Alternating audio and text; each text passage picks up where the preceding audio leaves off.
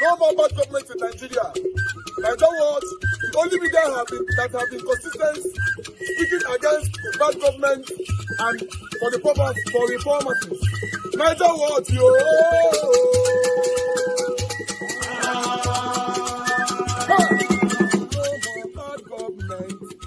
No more bad government. Nigeria what? No more bad government. Nigeria what? No more bad government. The only media that have been speaking. No more bad government. The voice of the voiceless. No more bad government.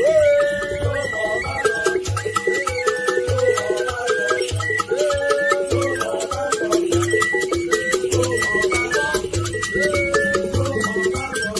Nigeria what? No more bad government. For the poor. No more bad government. Nigeria what? No more bad government. Nigeria what media?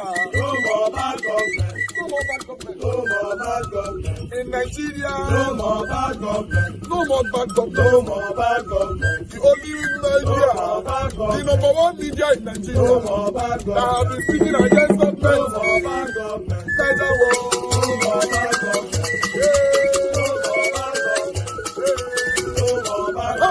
Nigeria what you? The voice of the voiceless. The voice of the voiceless.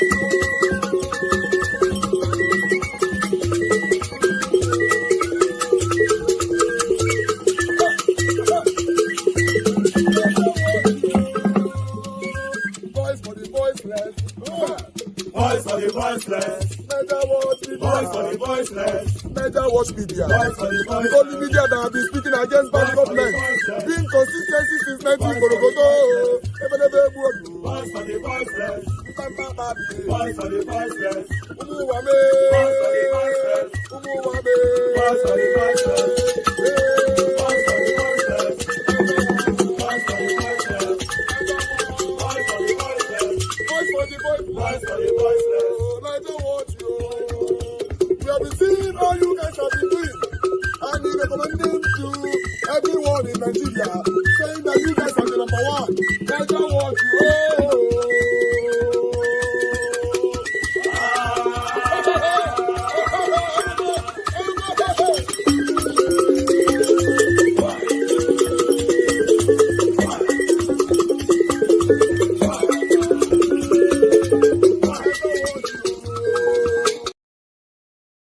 You people make tribalism everything, and then sometimes you miss the point. I said Mazi Nnamdi Kanu's sentence is a distraction, and they said, why would I call it a distraction? You see, people don't pay attention to details. Why was he arrested? He was creating awareness on insecurity. He was talking about the Fulani herdsmen. He was talking about Nigeria being surrounded by terrorists. Now, it is happening left, right, and center. This same person that I've told you that Nigeria has been surrounded, and what he's telling you is clear in your eyes and it's happening.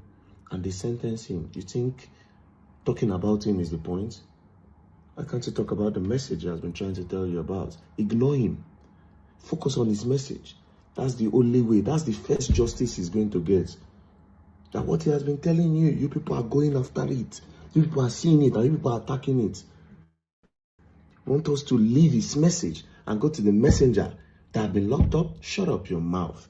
That's your problem. Sentiment, tribalism have messed up with your brain. So even your messenger, you don't even take his word. You don't know nothing. And now let's shift. Let's go to the new Igbo activist. You know, this man was outside. This man was going through trial. You know, people were saying free Nnamdi Kanu. You people never lended your voice. And you people had the influence. You never lended your voice. You never met these people that are holding him hostage. You never met them to say, okay, yes. Yes, Nnamdi Kanu said some things. Of course he did say some things. Of course he incited. Of course he incited. But guess what? Nnamdi Kanu did not do half of what the people that they are giving peace deal to did. Did he commit a crime? Of course he did. But the people that are giving peace deal, did they commit worse? They did. Somebody carry magazine for chests. They negotiate peace deal. This same person don't buy a lot of people. You can't show me who Nnamdi Kanu don't buy. You can't show me the people where Nnamdi Kanu don't kidnap. You can't show me the community where Nnamdi Kanu don't bomb. He deserves way better than them. But again, politics has happened. What is the politics? The same people that are supposed to negotiate for his release, for his own peace deal, are the same people that are paying heavy, are the same people that are going to the government to say, don't let him go. There's no betrayal that is as big as a betrayal that is coming from your home. If you are fighting an outsider, you are still in a war. But if you are fighting people in your house, you are never in that war. You are done. They've already won you. So my point in that video was simple. Ignore the messenger, follow his message, pay attention to his message, then make him proud. Everywhere he's surrounded. If you're in the East as a youth, you go into your bushes, you take notes, rally around yourself, go into your bushes, take notes. Buy things, man. Go into your bushes, it has been surrounded. You don't know what's going on in Nigeria. You don't know?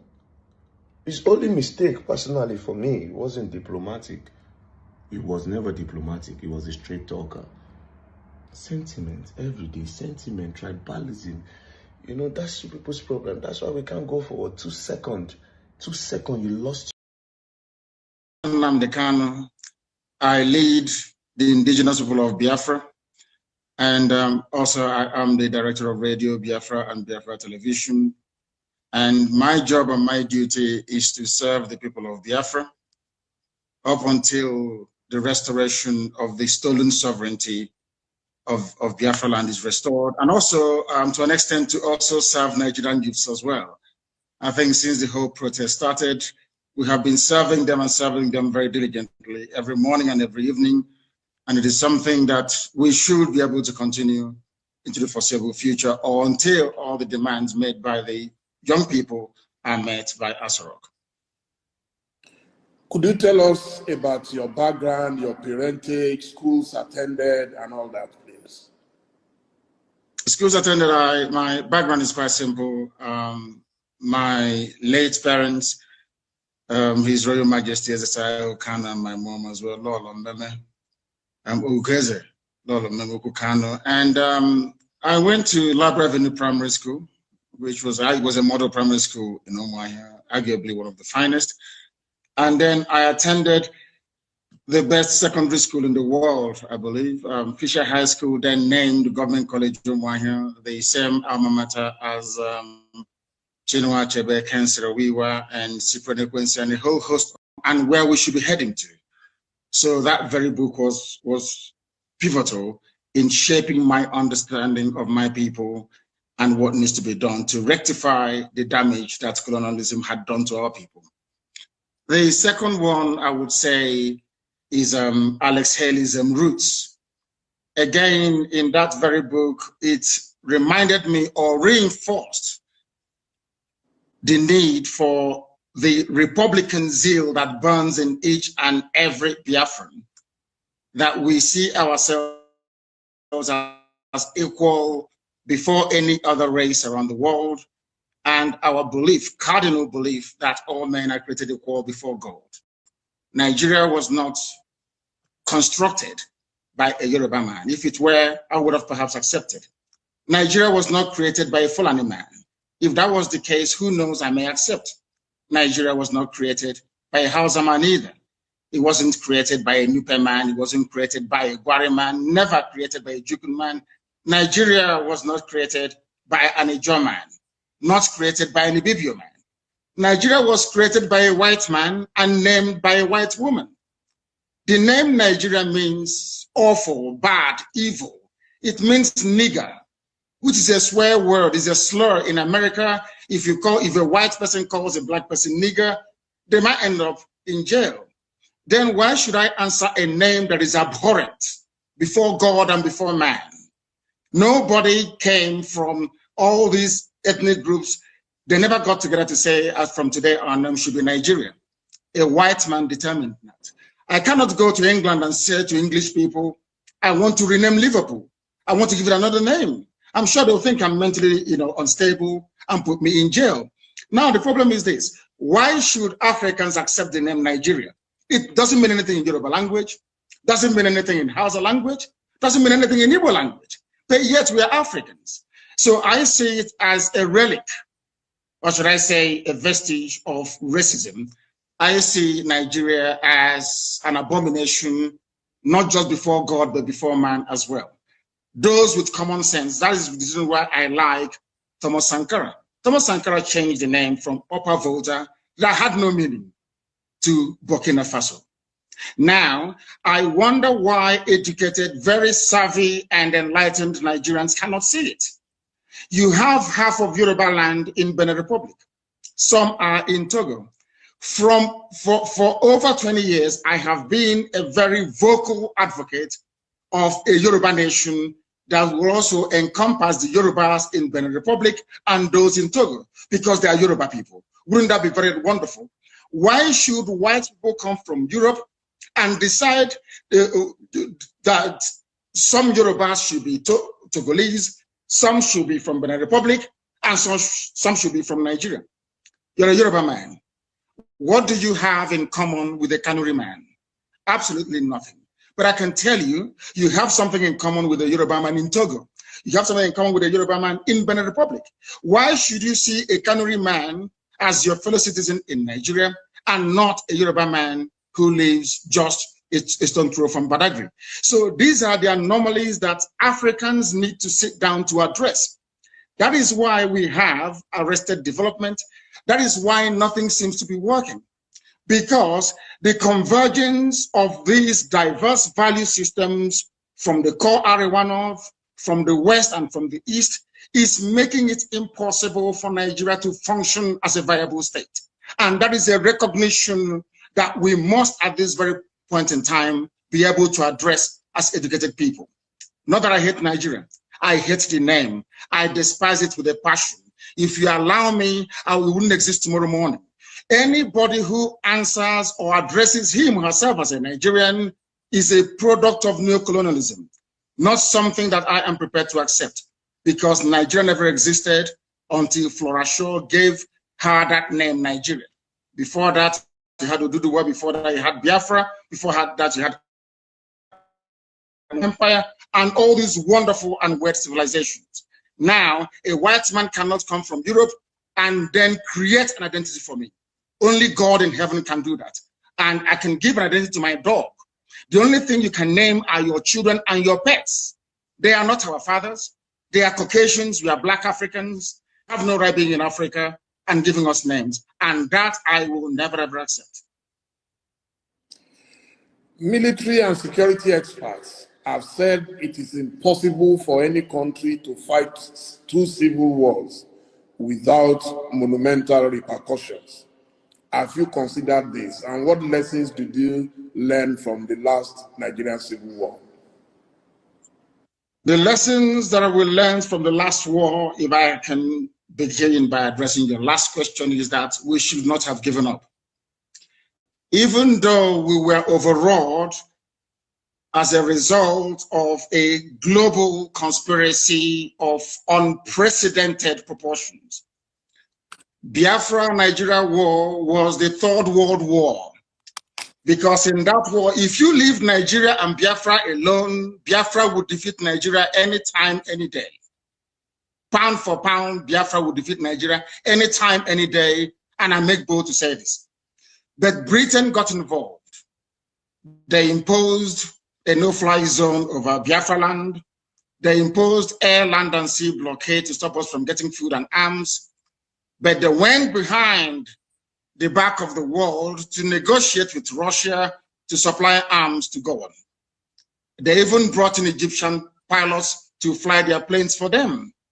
Nigeria has never won any war in its history. Ordinary Boko Haram, they are begging Niger, they are begging Chad, they are begging Cameroon to help them. They've never won any war. The only thing they specialize in doing is killing civilians, as they did at Lekki Tollgate. That's what they can do. Nigeria has never fought any war. An army is meant to go out to win territories for the country that it claims is coming from. The same way that Lugard led an expeditionary force to come to create Nigeria for the crown in Britain. Nigerian soldiers have not done that before. Anywhere they go, they're humiliated and they come back. So I wouldn't actually see, I wouldn't describe what transpired between 67 to 70 as a Biafra-Nigeria war is Biafra versus the whole world. The United States was ambivalent. They never actually, should I say, participated as they should. Britain was there running the whole show. They destroyed Aburi Accord, destroyed the agreement reached between Ojukwu and Gowon. They came back and they instigated a war. That was all they did. There was not, I wouldn't see it as a war. And I want to let Nigeria understand this. There is that tendency, that what I call the Fulani Janjaweedism, there is that tendency to intimidate, that tendency to terrorize, that tendency to subdue, overraw, and then conquer people. It is not going to happen in our time. They will try, but they will fail. The more they focus their attention in the East, the more the terrorists that they themselves bred in the North will overrun them there. So I am not in any way, shape, or form either phased or overawed. They will come again because it's in their nature, and this time around they'll be roundly defeated. Well, I think with due respect to our men and women of armed forces, I believe they are well rated.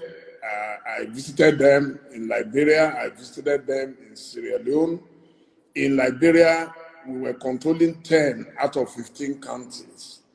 In Sierra Leone, in fact, we actually lost one of our brigadiers, and the Sierra Leoneans are eternally grateful to us because Middle Belts do the same. But also penned a condolence message. I will ask you to put on your face mask. Put it on.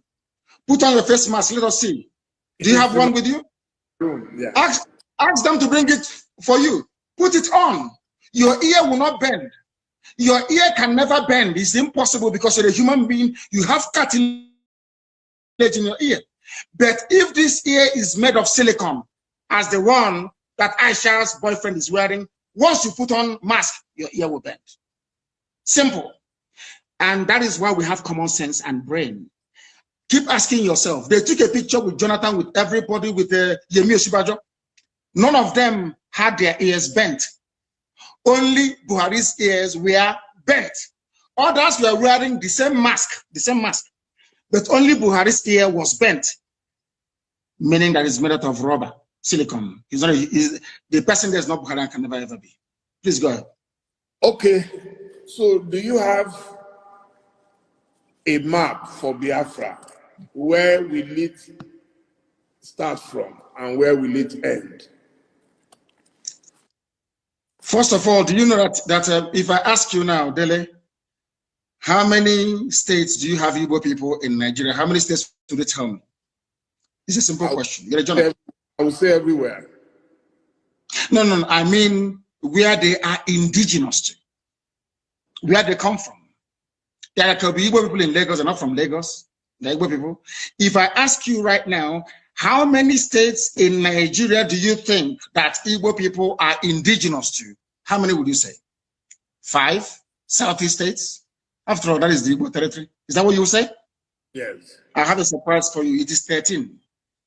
Igbo people are indigenous to 13 states of Nigeria, 13. As I told you, those who created Nigeria are in charge of Nigeria. And in order to weaken, to diminish, to render irrelevant every aspiration of an Igbo man, Britain decided to advise the Janjaweed Caliphate to keep redrawing the map until we now have only 5 states. Igbo people are in 13 states. And now let me answer your question. The map of Biafra starts from wherever women tie 2-piece wrapper and ends where they stop tying 2-piece wrapper. In other words, Biafra land starts from Kogi in the north, in Igala land, Idoma, Igede, all the way to Ikodomikodo, Idu land, in Udo, and going down to Bakassi, after Cross River State, and to Bonny and to Opobo in the south. All these are Biafran territories because if you go there, all the women are to the 13 states. I want the 13 states, please. You want me to name for you the 13 states that make up? Yes, please. Kogi, are there Igbo people in Kogi? I'm sure the answer is yes. Yes. Indigenous. Are there Igbo people in Edo State? Yes. We agree. In Edo State, there are Igbo people. I'm not talking about Tubiaja, which is Ishan. We'll come to that later. I'm even talking about a place called Igbo Akere. Igbo Akere. Are there Igbo people in Delta State? Yes. Are there Igbo people in Benue? In Benue State, I'm asking you, Izi community is in Benue State. They speak Igbo. The largest market you have in Benue belong to the Igbo communities in Benue State. Are there Igbo people in Cross River? Yes. So Igbo people are in Cross River. Are Igbo people in Akwa Ibom? Yes. Itu is in Akwa Ibom. There are Igbo people there. Are there Igbo people in River State? Are there Igbo people there? Of course there are. 90% of River State is Igbo. Are there Igbo people in Bayelsa? And you'll be shocked. YES is the answer. There are Igbo-speaking people inside Bayelsa itself till tomorrow morning. The same way you have Ijaw people in Ondo.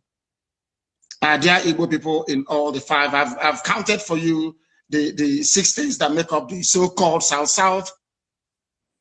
Imo, Abia, Anambra, Ebonyi. Yeah, you've mentioned 9 now. 9 states. 1, 2, 3. Kogi, Edo, Benue, Cross River, Akwa Ibom, Rivers, Bayelsa, Ondo. Have you added? No, not in Ondo. We're not in Ondo. Igbo is not in Ondo. What is in Ondo is Ijaw. Ijaw is in Ondo, not Igbo. But okay. Ijaw is Biafra. I will get to that later. And then you add the 5 southeastern states. You have Imo, you have Anambra, you have Enugu, you have Ebonyi, you have Abia. Add all of them together. Imo, Anambra, Ebonyi, Abia, Enugu. 1, 2, added to the other 6. Okay. 5 1, 2, southeastern states. 5, 6, 7, 8, 9, 10, 11, 12. I think 1 is missing somewhere. One cannot be 6 states. 6 states of the South, 5 states of the Southeast, then Kogi and Benue. And then you get 13. In all these places, you have, I'm not telling you about where they are trading, where they are doing business. People from there are Igbo. They are indigenous. And you think Kogi would agree to go with Biafra? No, it's about a referendum. We are asking, what we're asking for is that part of Kogi where women tie 2-piece wrapper. That's all. Your mother will tell you where you come from. If you look at your mother when she dresses up to go to church or to go to a function and she's tying 2-piece wrapper, one on top of the other, then you know you're a Biafran. And that's what they do in Kogi, in Enugu State, in Benue State, in Cross River State, all the way down. You can go all the way down to Edo State. It is there till tomorrow morning. Don't you think you are likely to hit the brick wall if you try to go expansionist, if I could put it that way? I am an Igbo man. With all due respect, my dear brother, the Yorubas may be comfortable leaving Yoruba people in Togo and the Benin Republic and calling somebody from Sokoto State their brother. I don't intend to do that. Wherever you have Igbo people, they must be together as one. We are not leaving anybody behind. We cannot leave anybody behind. It was the Fulani Janjaweed and the British that caused this problem. You cannot come to my land, you take an Igbo community, you give them to Benue, you give them to Kogi, and you say that from the north. Ohaneze may tolerate it, I will not tolerate it. I can't tolerate it. I am not going to leave one single Igbo community anywhere. They must be part of Biafra. They must be part of Biafra. What happens? Let's say the other people that you are fighting get provoked and they decide to call your bluff and say, okay, Igbo people in Kaduna, in Katsina, in Sokoto to detent Israel. How would that fit into your plan? Quite frankly, before you answer, let me do it as a double warning.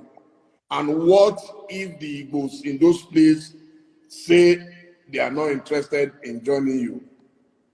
Hallelujah. We say good riddance. Everything we are doing is based on the consent of the people. There must be a referendum, or should I say referenda, which is the plural, right across the board. We are going to ask people, ethnicity by ethnicity, where they wish to belong. If they say we want to be part of the Janjaweed North, where once in a while you lose your daughter, your wife could be raped, oh, well and good. We let them go. I am a Democrat. I'm not going to force anybody to do anything. And Biafra must come via a referendum. People must agree to it. We are not forcing anyone to do anything. Everything we are saying and doing is geared towards one outcome, a referendum. If they agree, fine. If they don't agree. So who is going to organize this referendum that you've been talking about? The United Nations will have to organize it at the right time. They will. If it is not organized, what is your plan B? We continue with civil unrest and civil disobedience, boycott of elections. As one of our great heroes said, we will boycott all boycottables until we get what we want. The British never wanted to leave Africa, but they did. Russia never wanted the Soviet Union to break up, but it did. Serbia never wanted Yugoslavia to break up, but it did. Sudan never wanted South Sudan. They never wanted South Sudan to be free. They're free today. Ethiopia never wanted, excuse me, Eritrea to be free, but today Eritrea is free. So that tells you all you need to know. It is not in their hands because you know what? Power belongs to the people. Anything we want is what we're going to get. Once again, I want to ask this. Do you think this dream is realizable without a war? And are you prepared to fight another war? This dream can be realized without a war. And let me put it this way, as soon as the people, the various ethnic groups in Nigeria realize what Nigeria means to each and every ethnic group, they will subscribe to our position. So it is realizable without a war. Before the white man came, let me ask you this, because it's an interview, which means you can ask me and I can ask you. Before the white man came, was there any Nigeria? Before the white man came, did Nigeria exist? It's a simple question that I'm asking you. Dele, did Nigeria exist before? It didn't, no. It didn't exist. Then why are African people, black people dying over something that they did not create? Did any Yoruba man create Nigeria? The answer is no. No Igbo man created Nigeria. No Hausa man did. No Fulani man did. No Kanuri man did. No Jukun man did. When you come to Nigeria, it's always a debate about it is our turn. It is our turn. It is our turn to rule. Now there are over 250 main ethnic groups in Nigeria. If you keep rotating the presidency every 8 years to each and every ethnic group, times 8 by 250. How many years are you going to get? So some people will die many times over. They will reincarnate many times over. The presidency hasn't come to them. Nigeria is a joke and an absolute mess. It was not created by black people. Therefore, it cannot be sustained by black people. I want to see an Africa where a Yoruba nation, a Yoruba mega nation extends from Togo all the way to Edo State. That's what I want. Because that is authentic Africa. I don't know why Africans are so beholden to something that is alien to them. Are you a white man? The Luga that created Nigeria is a white man. What are you doing as an African defending something that a white man created out of, should I say, a racist intent? Nigeria was an ordinary company, Royal Niger Company, an ordinary business venture that the British converted into a nation. And Africans are killing themselves, trying to maintain something that a white man created. Sometimes I wonder what type of God made African people. I don't understand it. And that is why you have this neo-colonialism. That is why the British High Commissioner had to go to Tinubu to ask him, how do you end this protest? Because if this protest continues, you're jeopardizing our oil. Now the Kanu can use it as an advantage to go and get Biafra. They ask the army to go in and kill people. You people are being ruled by your colonial masters. Your fate is not in your hand. You're in a country that is 60 years old, so to speak. There is no electricity. If I am a Nigerian, I can't come out and say I'm a Nigerian. I'll be ashamed of myself. For 60 years, you have no electricity. For 60 years, no good roads. For 60 years, no good schools. For 60 years, your politicians are traveling abroad for medical treatment. I ask you, what is there to be proud of about Nigeria? Name one thing you can be proud of. Name one thing. Is a question I'm asking you, Dele. Tell me one thing you can be proud of in Nigeria. Nigerians are amongst the brightest people in the world, including the Igbo people, of which you are one. You're a very brilliant man. That is Nigeria in your DNA. I was born a Biafran, not a Nigerian. Nigeria is a historical mistake. Was there a birth certificate at that time that wrote Biafra on it? Of course, yes. You want me to show you? I will show it to you. I can email it to you. It's not here with me right now. I can email it to you. My person is Biafra. I don't mind. I will email it to you. So you see, what I'm asking is, if Nigeria never existed until the white man came, why are you as a black African man defending it? What's a white man created? Why? When you have Yorubas in Benin Republic, Yoruba is in Togo, they speak your language, they eat your food, they dress the same way you do, you have the same culture, the same value system, the same orientation, and I'm asking you, and the white man came from Europe and said, oh, you are Yoruba from Togo, you speak French. You're Yoruba from Benin Republic, you're going to speak French. But you, Dele, you're Yoruba from Nigeria, you speak English. Are people not perturbed by that? That level of dehumanization, that level of subjugation. You see, the one thing that shocks me about Africa and their class of intellectuals is the fact that they are willing to swallow hook, line, and sinker anything the colonial master gives to them. And I've asked you this very question. Can you go to Europe and create a country as a black man? The answer is no. Then why must you accept what a white man is doing in Africa? Do you see why we are poor and very backwards? Do you see why Nigeria can never have 24 hours of electricity? Never, ever, ever, ever. Because the foundation is faulty. The orientation of Fulani Janja, people were protesting SARS killings in the south. Fulani people in the north, you are busy having fun and laughing and smiling. And you want to be in the same country with them. Your value system, your reasoning, your understanding, your orientation can never, ever be the same. Never be the same. Why did Britain leave the EU? Then I'm asking you, are they not Christians? Are they not Democrats? Don't they believe in free trade and voting people in and voting them out? But then why did Britain leave the EU? Why? The same Britain that left the EU is asking me not to leave Nigeria. Nigeria that is only 100 years old. Your grandfather was not a Nigerian. Was not. So why must you throw away the history of your family, the rich history of Yoruba people? Because a white man called the place Nigeria. Why must you do that? Why? Can I go to England and name them and name them Albania and say all your history is now gone?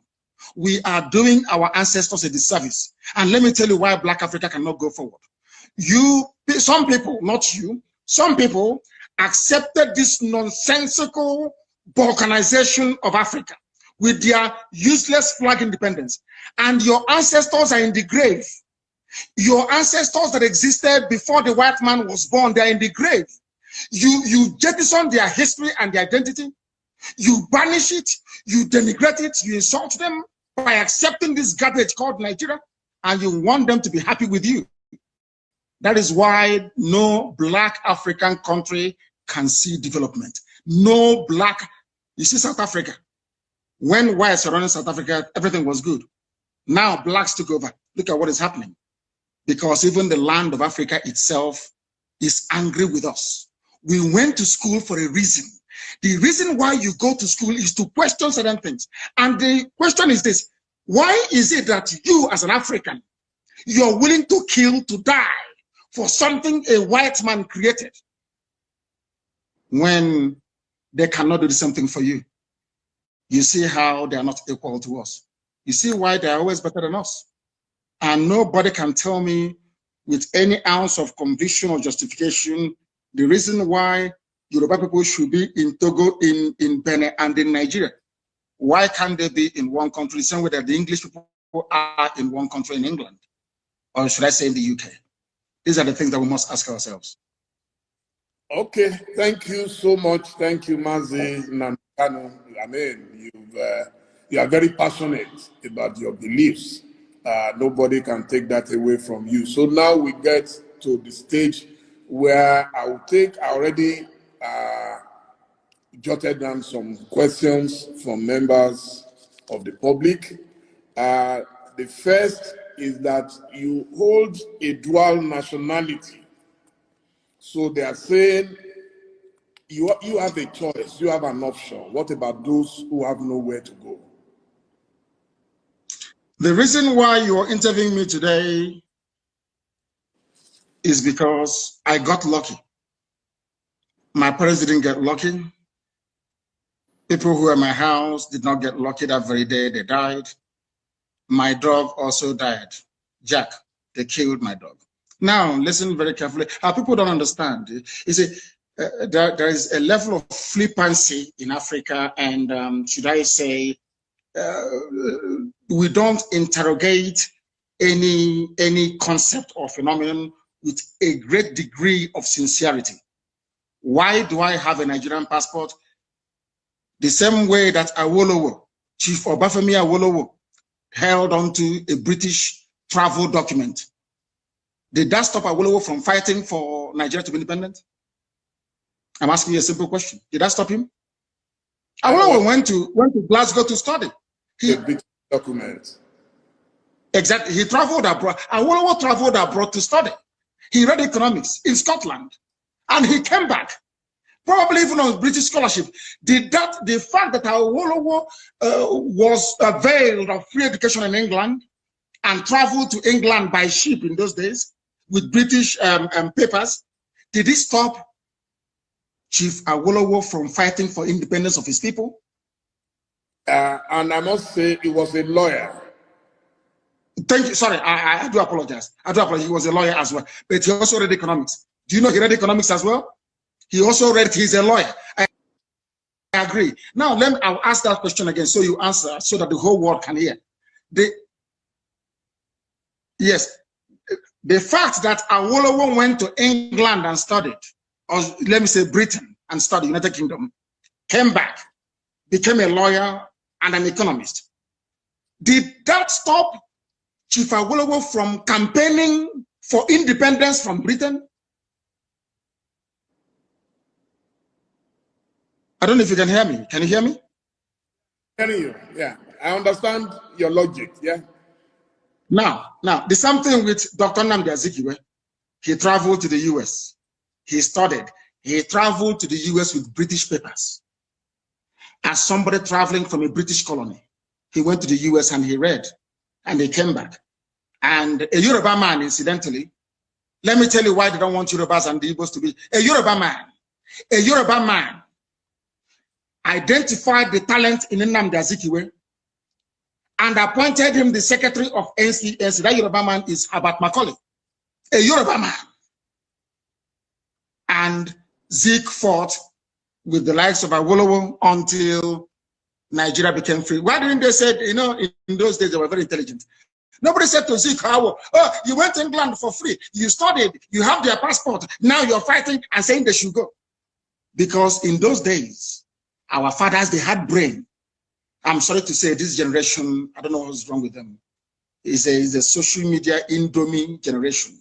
And I hope that after this evening, they will become, should I say, more enlightened as to the issues. I no longer hold dual nationality. I used to have dual nationality for convenience sake, just to travel out of Nigeria, not for anything. And my hatred for Nigeria didn't start today. I've always hated Nigeria. It's a very useless place. Only a fool can say, I am a proud Nigerian. There's nothing to be proud of. Absolutely nothing. You have nothing. Individually, you're brilliant. The Ngozi Okonjo-Iwealas of this world, our brother who is at African Development Bank, very smart and very brainy, yes, as an individual, but collectively as a group, the most useless 200 million people in the whole world. Nothing is coming out of nothing, absolutely nothing. Absolutely nothing. So how can I be a proud Nigerian? Ordinary light you don't have. No, same simple light you don't have. How can I be a proud Nigerian? Thank you very much. Now, your governors have virtually rejected Biafra. Those are the most senior representatives of the people. So this person is asking, how do you want to deal with that situation? How many governors do we have per state? One I think it's one, isn't it? One governor per state, yes. But they and control, in a democracy, they control no. Yes. How many, during election, how many times does the governor vote? Once. Okay. So the people will decide, not a governor. We are not Fulani Janjaweed. We don't have feudal lords in our land. We are Democrats or Republicans. You have only one vote. Only one vote. One governor, one vote. People may dissent, they're entitled to their opinion. One governor, one vote during the plebiscite or referendum. And there is nothing they can do about it. The majority says they want Biafra. So the views of the governor, of course, may be taken into consideration, but it doesn't count because they are in the minority. We are not Fulani people. Someone has asked, how are you funded? We are the largest movement on the face of this very planet Earth. IPOB, Indigenous People of Biafra, we're all over the world. And our people are very, very generous. They fund us, no politician, no millionaire, no billionaire, nobody. Ordinary people in the diaspora and people at home. They fund this well-oiled machine all over the world. That is why we are formidable. We owe it to them. We don't have any godfathers. That is why I speak the way I do. If there's anybody who can say they are funding us, come out and say it. Nobody does. Ordinary people do. Because everybody wants freedom. Someone is asking, if you say you are asking for a referendum, how come you sometimes apply force, the use of force and coercion? That is the only thing the Fulani Janja would understand. Nigeria is a rogue creation. Nigeria is where vandals and bandits abound in political office. Nigeria is not a civilized society and can never ever be. You saw the way they are behaving. You give rice to a governor to give to people, the governor will steal it and keep it. Palliative that he did not buy. The only language they understand is by breaking into those warehouses and taking what belongs to you. The criminals and the hoodlums here are the governors, not the people who are hungry. I don't know why in Africa we always want to turn the narrative upside down. So you're telling me that Fulani can come to my place and rape my mother, abduct my sister, and I'll be clapping and praying and doing hallelujah and doing prayer and fasting. Nnamdi Kanu is not like that. We hunt them down, we pursue them, we catch them, and we deal with them. As simple as that. If people can tolerate that type of rubbish, we can't take it. Never, ever, ever. Never. Okay, that statement from Mazi Nnamdi Kanu, I believe this video is quite long ago. That was 6 years, 7 years ago. I can't remember. This is quite long, but he just mentioned something that is certainly happening right now, because when he said this thing that time, nobody thought this would become a reality. He mentioned something that I will state again. He said, I cannot fold my arms and watch Fulani rape my mother and all that. Now the Kanu is not like that and all that. But still, and me myself particularly can testify that 82-year-old woman was raped in a farm in Edo State. That was during the time of Governor Obaseki in power. And the case was brought here to Nigeria Watch then. For some of you that can remember that, please just comment on the comment section that you remember. 82-year-old woman. they gang raped her, and after that they bite her. So the daughter cried out at that time, that my 82 years old woman mother was raped, gang raped, and bite. Now, Nnamdi Kanu just said something, because sometimes I don't know if this man he was actually seeing the future, because that's one thing I don't remember. I cannot say. But if you are not going to judge or think with hatred, or if you are a honest person, right? If you are a honest person, you can see that, if I'm not mistaken, statistically, 70% of what Mazi Nnamdi Kanu said in the past is already happening right now. I also watched a video when Mazi Nnamdi Kanu was saying that Yoruba people should protect their land. The Fulani are coming to massacre everybody. The Igbo people should protect their land. The Edo people, everybody should protect their land. I saw that video as well. I think it was 2 days ago. Now, I know you hate him. You just hate him, maybe based on ethnicism, tribalism, and all that. I'm not justifying any of his wrongs, but I'm focusing on the things he said that is happening already now. Let's assume you remove that hatred at that time, or Nigerian government remove the hatred at that time, or any satanic Nigerians remove the hatred, the tribalistic tendency, or spirit from your life at that time. Don't you think that you would have seen or digest the truth from his submissions, which is already happening now? Right? Okay, let me ask you a question, because you are still hating now. Let's assume you are still hating. Yeah, because you are here. Some of you are here. We currently have about 400 people watching us across. Yes, the people that is hating the Igbos or Mazi Nnamdi Kanu, you are here. But I want to ask you a question directly. Is Fulani people or herdsmen raping our mothers at this particular moment? Yes or no? In your mind, just answer it. Then on that question, is the same Fulani people kidnapping people right now? Yes or no? Yes or no? Just answer it in your head, your dumb head. Is the same Fulani herdsmen buying our people in their own farm? Yes or no? Listen, we are not going anywhere when we deceive ourselves. I don't supposed to come out today. I came out because of Mazi Nnamdi Kanu. Because the wife cries out that, although the wife tackled the lawyers, that where were they and how come her husband was transferred to Sokoto without nobody informed her. Then the Southeasterners, they also cried out that, yes, why must this transfer Mazi Nnamdi Kanu to Sokoto? They want him to die there. Although I've already made a submission on this 2 days ago. Was it yesterday or the first day? I can't remember. Listen, guys. Fela said a lot. And at that time, many of us did not believe on his statements. They spied him. They spied his mother and many, many, many.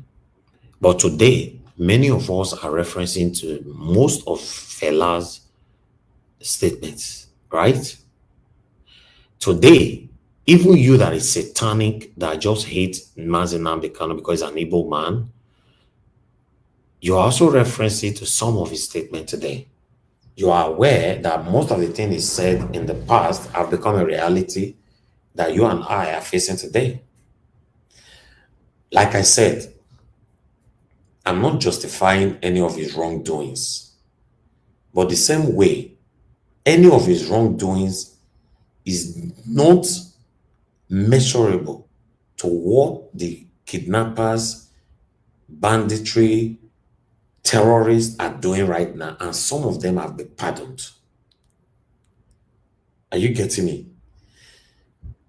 We're in trouble in this country. A big trouble.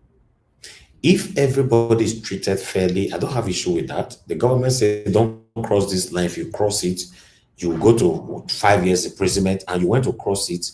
Someone from the southeast crossed it, they sentenced him to 5 years. Someone from the north crossed it, he was sentenced to 5 years. Someone from the southwest crossed it, they sentenced it to 5 years. Then I'll be fine. I won't have any issue coming up to say, government, what you are doing is wrong. Because everybody is being treated fairly. But this kind of selective judgment, is this right? Is a question. I'll continue with my presentation, guys. So my trouble here is Nnamdi Kanu's intemperate language. You know, you saw it in court. And so is that a gentleman who wants peace to reign, if you understand what I mean? Well, it all depends. The Nnamdi Kanu who expressed the desire for out-of-court settlement in open court, I think sometime last year, is different to the Nnamdi Kanu that we saw in the days and weeks leading to his eventual conviction. I think frustration set in at a point when his lawyer approached the court to say they were ready for out-of-court settlement. But Awumolo, the lawyer leading the prosecution, said he had no mandate to grant that wish of the Kanu team to settle out of court. Yeah. I think it was, and he said in open court back then that he was ready to abide by the conditions that they gave him, that he was ready to stay in house arrest. He stay under house arrest. He just wanted to get out of the DSS facility. Yeah. When nothing happened along that line, I guess he got frustrated and started saying that the court had no power to try him, that they were trying him under a repealed law. But the laws of Nigeria says that even oh dear, the glitch again. We'll get back to him, but appealed. Okay. The cases that were they mean by those cases will be protected. I don't know where the problem is. If I can hear you clearly and you are not hearing me, there something is wrong. Maybe from that Lagos end. It's a glitch. It happens. Go on.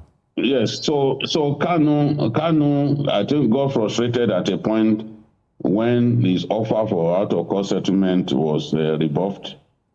And his attitude changed. He became aggressive, became violent, you know. But I know that they have been making moves towards an out-of-court settlement. Bianca Ono, the Minister of State for Foreign Affairs, has been working on that. Governor Oti has also been working on that. Benjamin Kanu, the Deputy Speaker of the House of Reps, you know, had been working on that. So I know that there were moves along that line. I agree with you that Kanu may have worsened things by some of his actions of the last few weeks. And beating up his own lawyer. And utterances. Yes, beating up his own lawyer in court is unheard of. I've never seen where an accused person beat up his lawyer in open court. Saying that the judge does not know law in open court, abusing people in the way he did, will definitely give the other side a reason to not be interested in an out-of-court settlement, unless he's prepared to abide by some stipulations. All of the people asking for unconditional release, they don't know what they are doing. Exactly. Oh, yeah. There's no way somebody will be charged to court for treason, for terrorism, and then you are asking for unconditional release. His release will be predicated on some conditions. Oh, yeah. So they should forget about unconditional release. There has to be conditions. And even those who pleaded with with the former president, Buhari, they said they were ready to abide by conditions. Oh, yeah. Mbazuleke Amechi, First Republic Aviation Minister, pushed hard for his release. He said, look, he's my son. He will do whatever I tell him to do. So Kanu also needs to help those who are trying to help him, in my view. Yeah. By his utterances, by his conduct. And he has to renounce armed struggle against the Nigerian nation. He has to stop his agitation, because the Nigerian state will not agree to any form of balkanization. I've said it before, America is the home of democracy, is the capital of democracy, is the headquarters of democracy. If any of the American states, even Alaska, for example, if you remember, Texas also threatened to go as far as America is, as far as Alaska is. Yeah. And with the fact that it's covered in snow and all that, if they try to leave the country, of course they will be resisted with the full might, with the full military might of America. So that is the thing. And our own country, we do not have, our constitution does not recognize referendum. So constantly calling for a referendum is a waste of time. Yeah. So there has to be conditions for this man to secure freedom through a political solution. He has to know that. His supporters also have to know that. And the advantage is not the ball. They do not have the advantage because now he's been convicted. So the other side feels much more strengthened. Yeah. Thank you. They have the advantage now. It's like in a game of football. Once you scored against your opponent, you have an advantage until they find a way to equalize. Yeah. So this is the thing. They have to be ready for conditions. Or to meet some conditions before freedom can happen, before before release or political solution can happen. And Governor Oti also referred to the fact that they had been talking about it, and that some issues have been raised, some conditions have been raised. So I hope the talks will continue so that we can find a resolution. BK, before I forget it, let me tease you here. If you remember, the late Dim Emeka Ojukwu, his own Biafra was the old eastern region of Nigeria. But Nnamdi Kanu's Biafra extends to Benue State, even to Ondo State. You see my predicament here? You see, Matia, who amongst the people in those places are prepared, even in the southwest, the 5 states of the southeast, how many people want to be part of his Biafra? Not to talk of people in far-flung states. So you see, Matilda, I can add all kinds of people, all kinds of states. But are those people prepared to leave Nigeria? Do they agree to his agitation? So whatever states he puts there, or Simon Ekpa puts on the map, does not matter. Okay, thank you. Asukwo, the second leg of the story is having to do with Nnamdi Kanu's wife, who has confirmed his movement to the Sokoto Custodial Center. Sokoto is in Nigeria. Of course, the judge actually said that, he has to be put somewhere whereby he will not be able to, get, gadgets and all that, make calls and all, But the thing is, he's going to be kept somewhere. I think the wife was also saying that nobody told her, about it and all that. But the thing is, the law is the law. Yeah. If the judge has said keep him somewhere, he can't be staying in the DSS facility for long. He has been there for a very long time. Yeah. But now that he has been, been sentenced, he needs to go to prison. That is the real prison, so that he will be able to, go ahead with his life, continue with his life sentence over in there. So while we are moving, while he's there in Sokoto, I think just like solution is where they are all thinking of and seeing how they can solve this problem. They need to bring.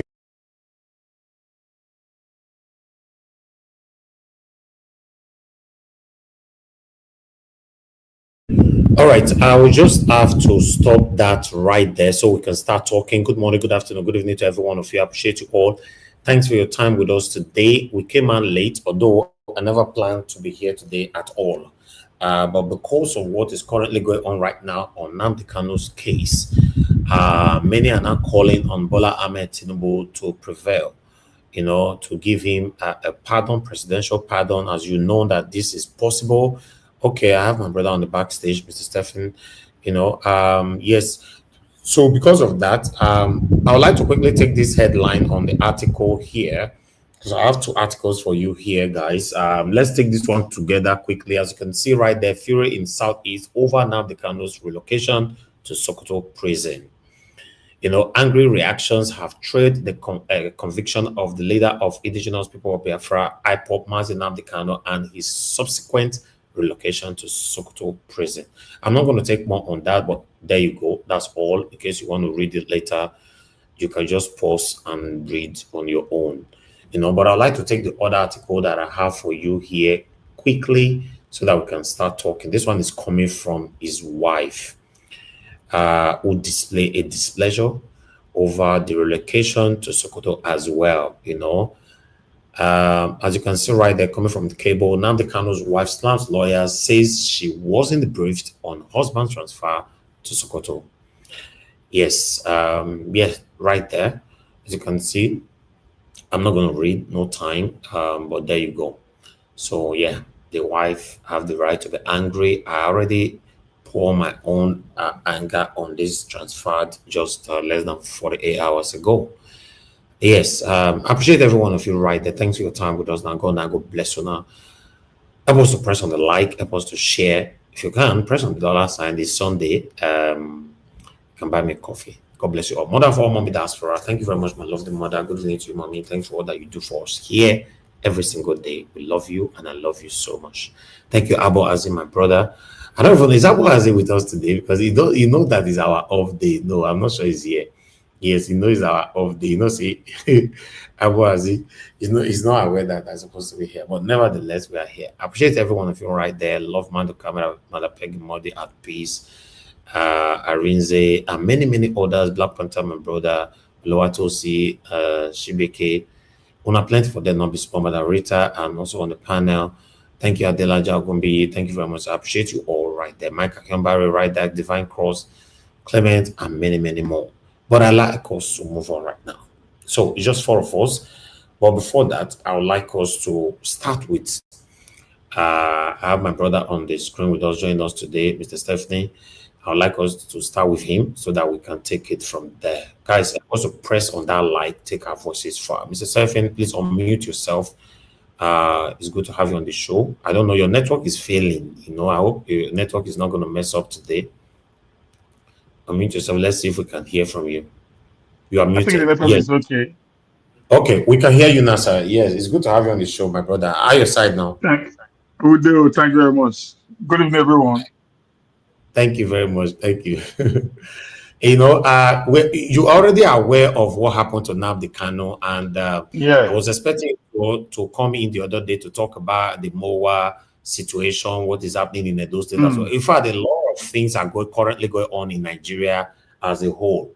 But I would like you to give us your take, the judgment, life sentence on Nnamdi Kanu, and just give a little brief on the MOA as well.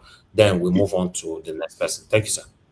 Let's look at the Nnamdi Kanu's issue, sir. The Nnamdi Kanu issue is a little bit like I said, it's a two-way. It's political. It's political, and the political angle of it is just that they are afraid of Nnamdi Kanu. We all know that. The federal government is afraid of him because of his antecedent, what he had done in this last few years. Why he was even in incarceration, how he had been able to to organize his people, his followers, his believers, to do the thing they have done in the Southeast. That alone is actually a big issue for the federal government of Nigeria. Number two, the political elite in the Southeast also is not in support of Nnamdi Kanu. Let nobody deceive us anymore, sir.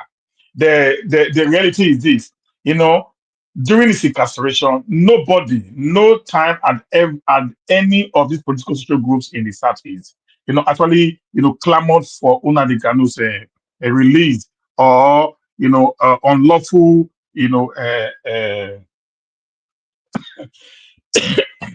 sorry guys, unlawful incarceration. It has never happened. Let's look at the North, for example. You see, every time you see people like Shea Gumi and many others coming out, to beg for the bandits, to beg for the terrorists, so that they will be pardoned by the federal government. Nobody did that for Kanu from the Southeast. Everybody was muted. Everybody just kept quiet for reasons best known to them also. Then the number three thing is this, which I think was Kanu's major problem, was his arrogancy. Guys, let me tell you something. The thin line between being brave and being silly is a thin line. Okay? The thin line between being brave and being silly is a thin line. I'm going to say this very clear. I know people might not like this, but Nnamdi Kanu was not diplomatic. Okay? He said things as if the law was in his hands. He said things as if he had the last straw that can break the camel's back.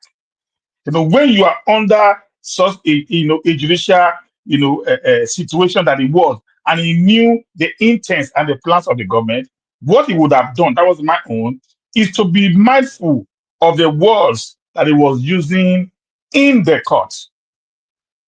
This is just the reality. Then number four was Nnamdi Kanu dismissing all his legal things and said he was going to defend himself. That day, I think I did a video on Facebook, and I said that was the greatest mistake he had ever made. In a capital punishment like the one he was being, sentenced now. You cannot defend yourself when you don't actually have the legal, ingredients for you to be able to skate through such a very, terrible situation.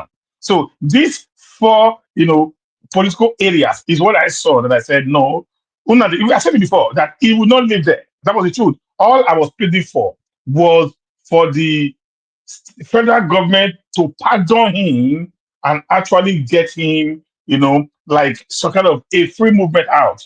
Because the reason is this, sir. What is the name of this man? Senior in Finland was already sentenced by the Finnish government, who was part and parcel of the destruction in the Southeast. So if he was already sentenced by the Finnish government, there was no way that Nnamdi Kanu would have gone free. I think that is just that for the issue of Nnamdi Kanu. It's a pity, but the issue at that point, and I want them to appeal the case, and using the appeal of what is it called, of the not as essential of the law they use in sentencing him to life imprisonment. I think let them try that in the federal and the Supreme Court, and let's see what the judge will say about that. I think that's just all I have to say about the Nnamdi Kanu case. Thank you very much. All right. Thank you very much, sir. I appreciate you. Okay, I'd like everybody to quickly say something on this before we move on to the next topic. But meanwhile, let me hear from the next one. Ogatun, you're on the backstage. You need to turn on your camera if you want to come in. But let's hear from the next person. Okay, I can see you already. Thank you very much, sir. Okay, our Dream Nation, thank you very much for your time with us. Good evening to you, sir. Thank you, my brother. Let Madam Rita speak. I will come back later. Thank you, sir. Good evening, sir. Okay. All right, thank you. Madam Rita, you have the floor. Good evening to you, man. Talk to us. Yes, Damosa. Good evening, Mr. Elvis and Mr. Stephen. It's good to see you. You have run away from us since. How you doing? I will chat. I'm okay, Sarita. How you doing? Well, it's been ages. Like Mr. Elvis was 78 years. But I'm just going to be quick. Good evening, Mr. Elvis, my lovely mommy diaspora, Lame. I love you very much. And Mr. Tone, good afternoon, sir. And first of all, I'd like just to say, free Nnamdi Kanu, period. Mr. Stephen, I completely disagree with what you were saying. You see, we talk about decorum. We talk about disposition, and how we speak, how to present yourself in court. We talk about this nice, gentlemanly attitude that we are supposed or expected to display in the Nigerian court system. Mr. Stephen, Nigerians, we have passed that level. The reason why I say so, number one, we do not, I repeat, we do not have a court system in Nigeria. You know it, I know it, the entire world knows it.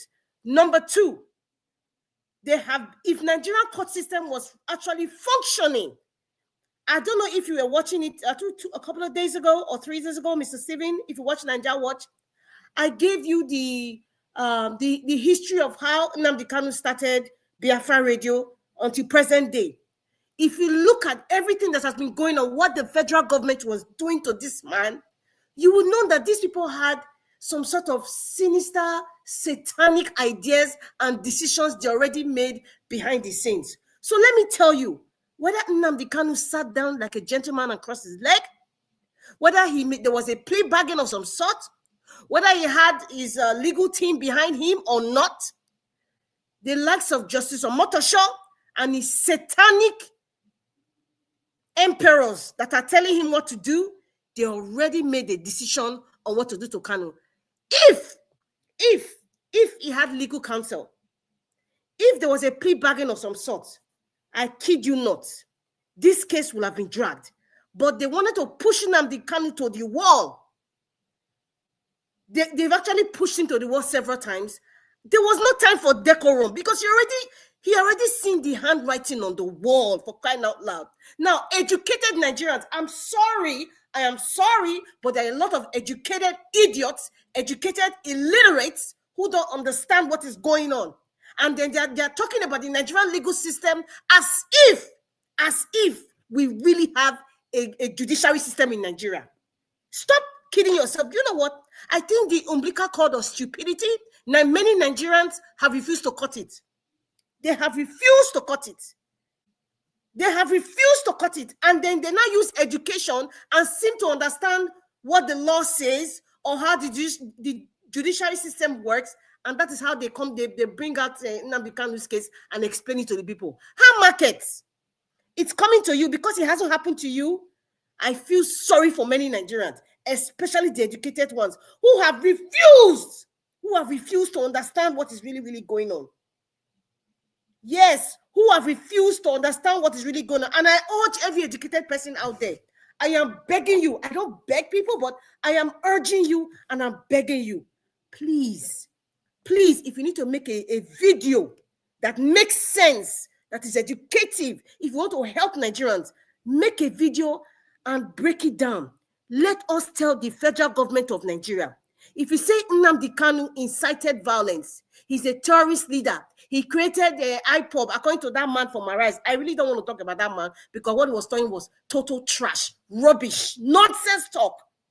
Please, I am begging you people, the educated, the so-called educated illiterates, let me put it out, because if you say I'm an idiot, people will look at it beyond what I'm saying.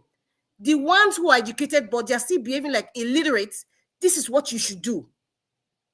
When you want to discuss about Nnamdi Kanu's issue, make your bullet points. Number one, the federal government of Nigeria says he's part of IPOD that has decimated a lot of people and created this Monday no work day. Number two, he has said that he was going to go engage in Nigerian state and he's bringing out, red oil or weapons or whatever of mass destruction. These are the claims now. Let us also make it a parallel case. Your other side, the Fulani headsmen or the people from the Sahel, others from Mali, Burkina Faso, or wherever they come from, that they've come to the nation prior to 2023 now, all the things happening, we all saw it. I'm not just guessing. They pulled out children, unborn babies from women's belly, slaughtered them, slaughtered young children, slaughtered men, women, displaced people. These same satanic entities now. Listen, we haven't seen any weapon in Nnamdi Kanu. This was, we saw the weapons, we saw the acts, we saw the people, the supporters, not like Sheikh Gumi, who is supporting murderers. We saw them. They did what they did. What did they do? They bought Ashwebi for them. This is what you should be doing, you educated illiterates out there. This is the case to present. I am not saying Nnamdi Kanu cannot be tried, but in the case where we don't have a legal system in Nigeria, everybody keeps talking about his attitude. Everybody keeps talking about, oh, why did he take out his legal counsel? Everybody, you keep pinpointing on that. That is not the issue. There is no justice. There is no justice in Nigeria. There is no truth in Nigeria. It doesn't exist. Talk about the justice system. Talk about truth in Nigeria. Talk about that. Focus your energy on that. And make the comparison. Educate people. Forget about even when Nnamdi Kanu was talking, was shouting, or he was yelling at the judge, or the security agencies, or the fact that he didn't have legal counsel, or the counsels that were there, they didn't do a good job. That is not the bone of contention right now. The bone of contention of what is going on in Nigeria right now, there's a lot of injustice. Apart from the Igbo people, we also know that the caliphate and the extremists, they all have an agenda in Nigeria. Nnamdi Kanu's case that is all over the news is a distraction. Things are still happening. People are being kidnapped, for crying out loud. People are being taken, as we speak now, a village is being displaced. A child is being murdered, for Christ's sake. Please, I don't want to, please, I am begging you, all you educated illiterates, do not talk about the case if you are not going to talk about why are those people who murdered people in cold blood, pulled out pregnant children that are unborn from pregnant women's bodies. Displaced people, we have, how many displaced camps do we have in Nigeria? How many displaced camps do we have in Nigeria? Is it Nnamdi Kanu that did it? Is it Nnamdi Kanu that did it? What did they do? They gave them a Ashwebi, and they now put them back into the system, even, in fact, into the security agencies. That is the most mind-blowing idea you can ever think of. It's like you're going crazy. They did that. These people who took the action. In fact, they gave them bread and butter, gave them money. Now, Nnamdi Kanu, because he's an Igbo man, nobody can. I'm not Igbo. I'm a proud Beni woman. Yes, I'm a proud Beni woman. And I don't care about tribe. But what I care is about fairness and justice. If you want to give Nnamdi Kanu the capital punishment, or if you want to give him life imprisonment because you're claiming he was against the state of Nigeria, please also matter that same judgment to the people who have slaughtered children, who have pulled out unborn babies from people's mouths, who have displaced people's villages, and then you not give them a Ashwebi. Please matter that same judgment to them. Then I know that we can talk about peace in Nigeria. Because when there's injustice, when there's inequality, there can never be peace. When there is no justice, when there's no equality, there can never be peace. See, if you like, go to Harvard, go to Yale, Princeton, go to all the, if you are the best law school in the entire country or the continent, go there. But if you don't talk about inequality and just real justice, there can never be peace. There can never be peace. There can never be peace. That is why you should pinpoint of what is going on. And my prayer is that Nnamdi Kanu will be released. And if there's any format, or even if they're giving a presidential pardon, let us work on that.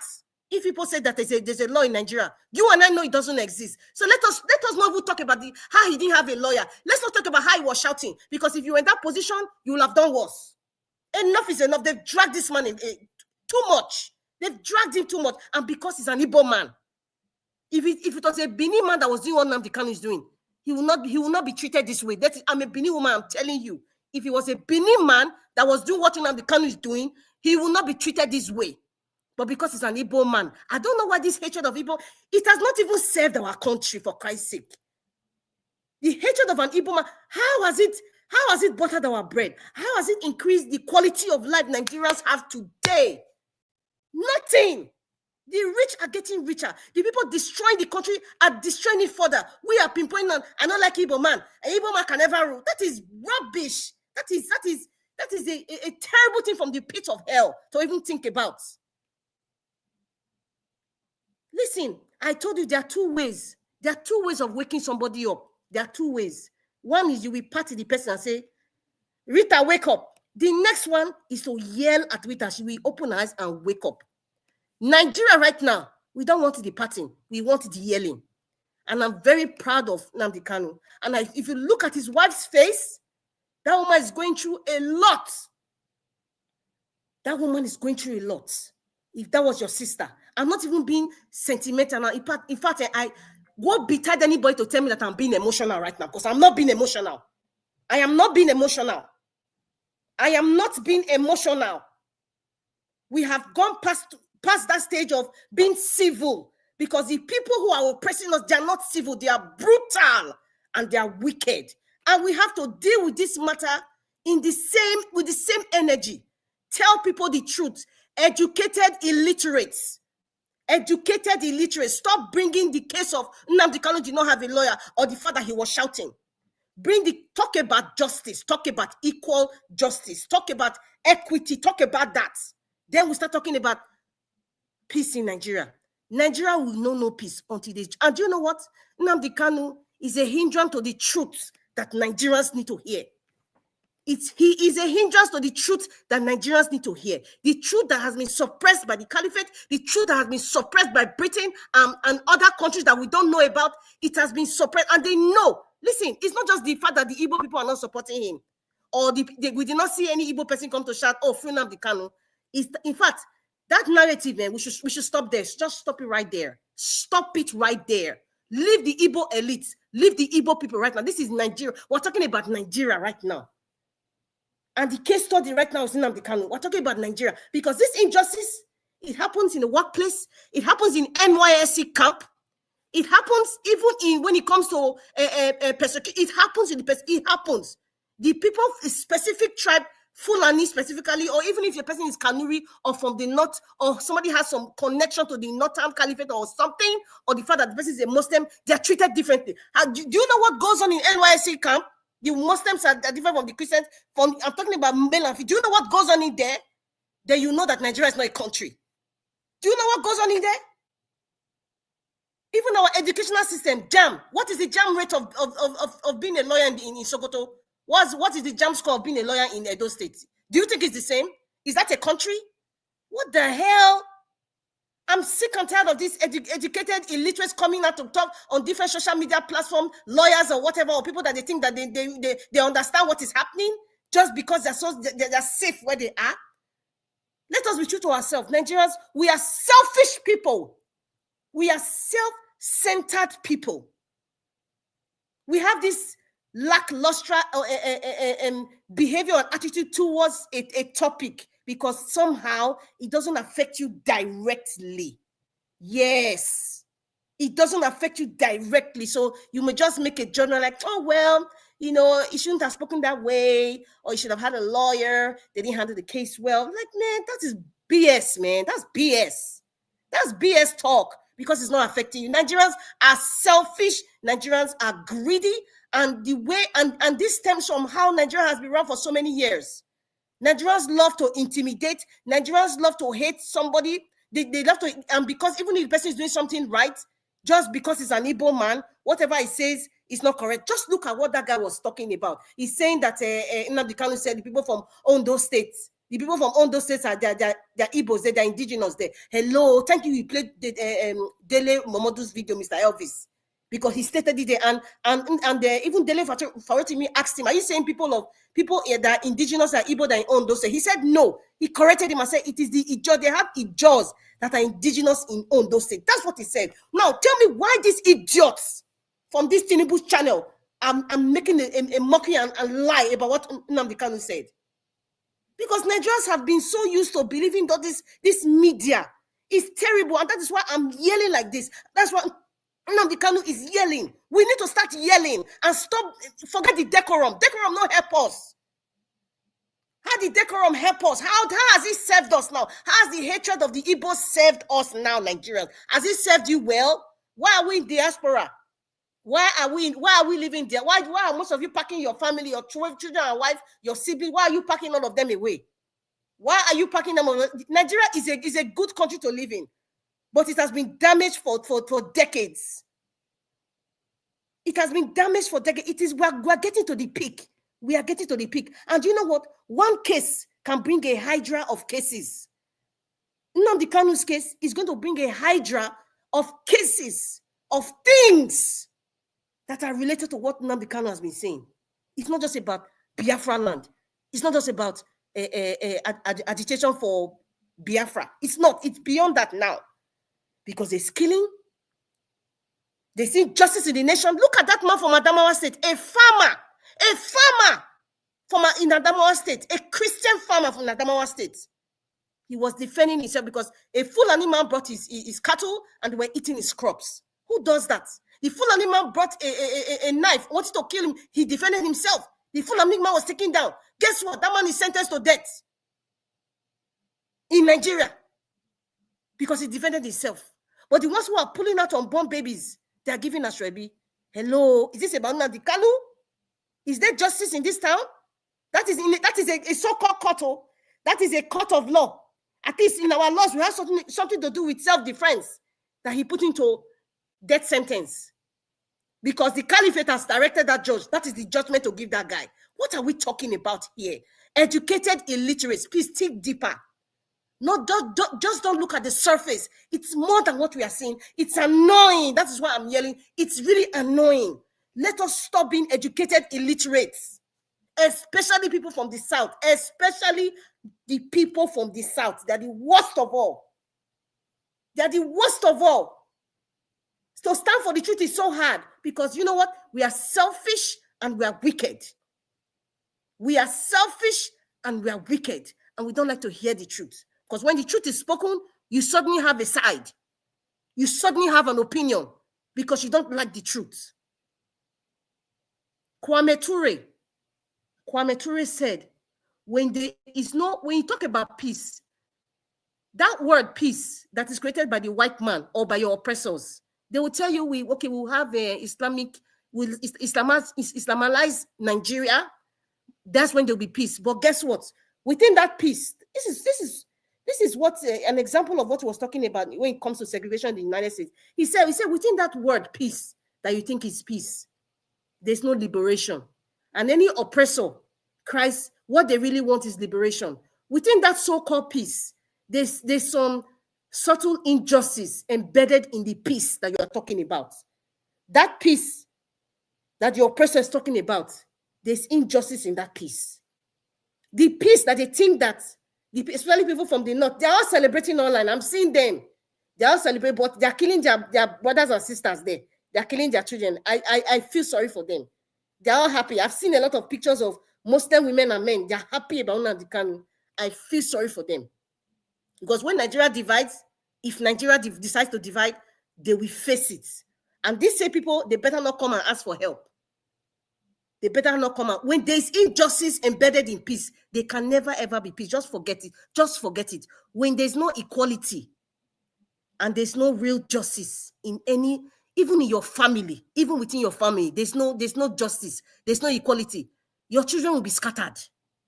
You as a parent, you will not have peace until everybody is treated equally. If you do anyhow, you see anyhow. If Nnamdi Kanu has done anyhow, also the people who have murdered women and children and displaced people, they should also see anyhow. But when that is not done, there can never be peace. There can never be peace in your mind. You create a war within yourself. Everybody is at war within themselves. Take it or leave it. Even the man that calls himself Jagaban, he is at war within himself. And I pray he's at war within himself. And I pray those who supported him, they're at war within themselves. Because in reality, Nigeria is not at peace. Let's not kid ourselves. Just pray that it doesn't come to you. It doesn't come close to you. Then you will understand. Just pray. You're not in a Sharia court, or you're not in a court where you are the only Satan and you're a Christian, and there's a judgment that is being judged, that is being meted on you just because you're a Christian and you're from the South. Just pray you don't experience it, because when you do, then you understand that what Nnamdi Kanu is saying are facts. Thank you, Mr. Elvis. All right, Madarita, thank you very much. Your submission was brilliant. That's why I have to give you that enough time to pass it on. God bless you, man, for speaking truth to power. But I want us to just move on straight away now. Let's hear from Mr. Toon. Mr. Toon, thank you, sir. Good evening to you. Please talk to us. Hi, good evening, everybody, panelists. Thank you, sir. I've been thinking for the past few days, where do we go from there, from where we are right now? And the reality of the thing is that it has only just started. We should start looking for ways to defend ourselves.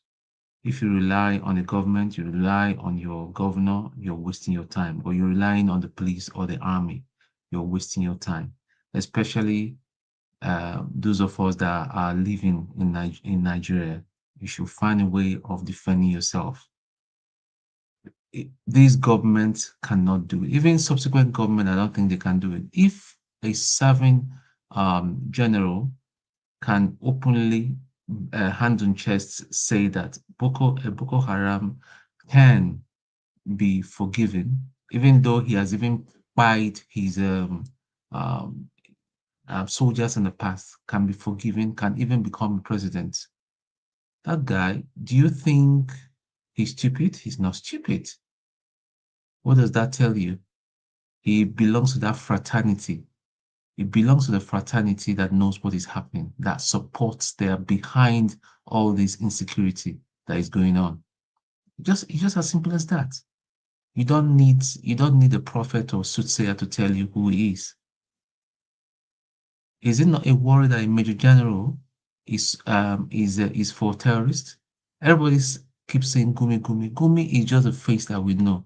There are thousands of them like Gumi, if not worse than Gumi, that parade themselves all around and supporting insecurity.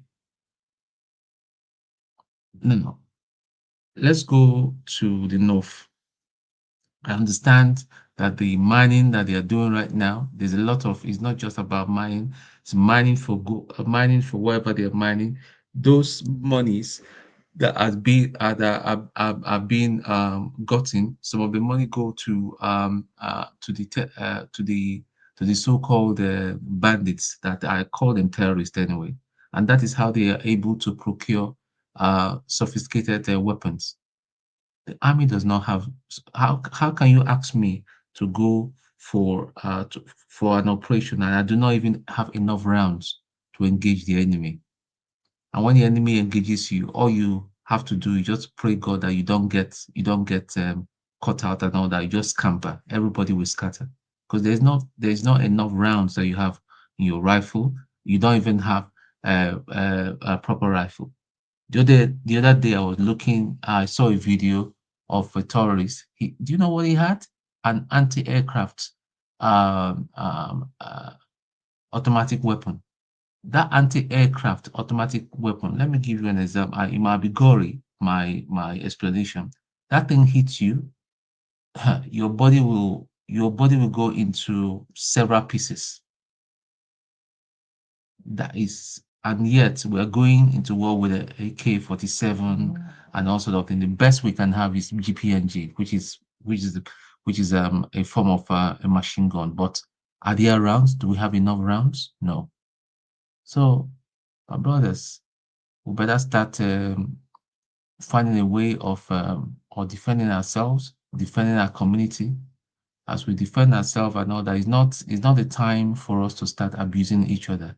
It's not about whether I'm Igbo or whether I am Bini or whether I am this thing. We need all to stand for each other and defend ourselves because these people are ready.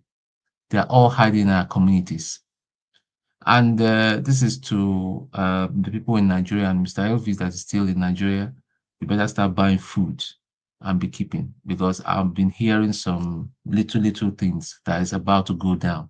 And if these things go down, maybe in a month, 2 months, nobody will walk the streets, especially those that live in Lagos and Abuja.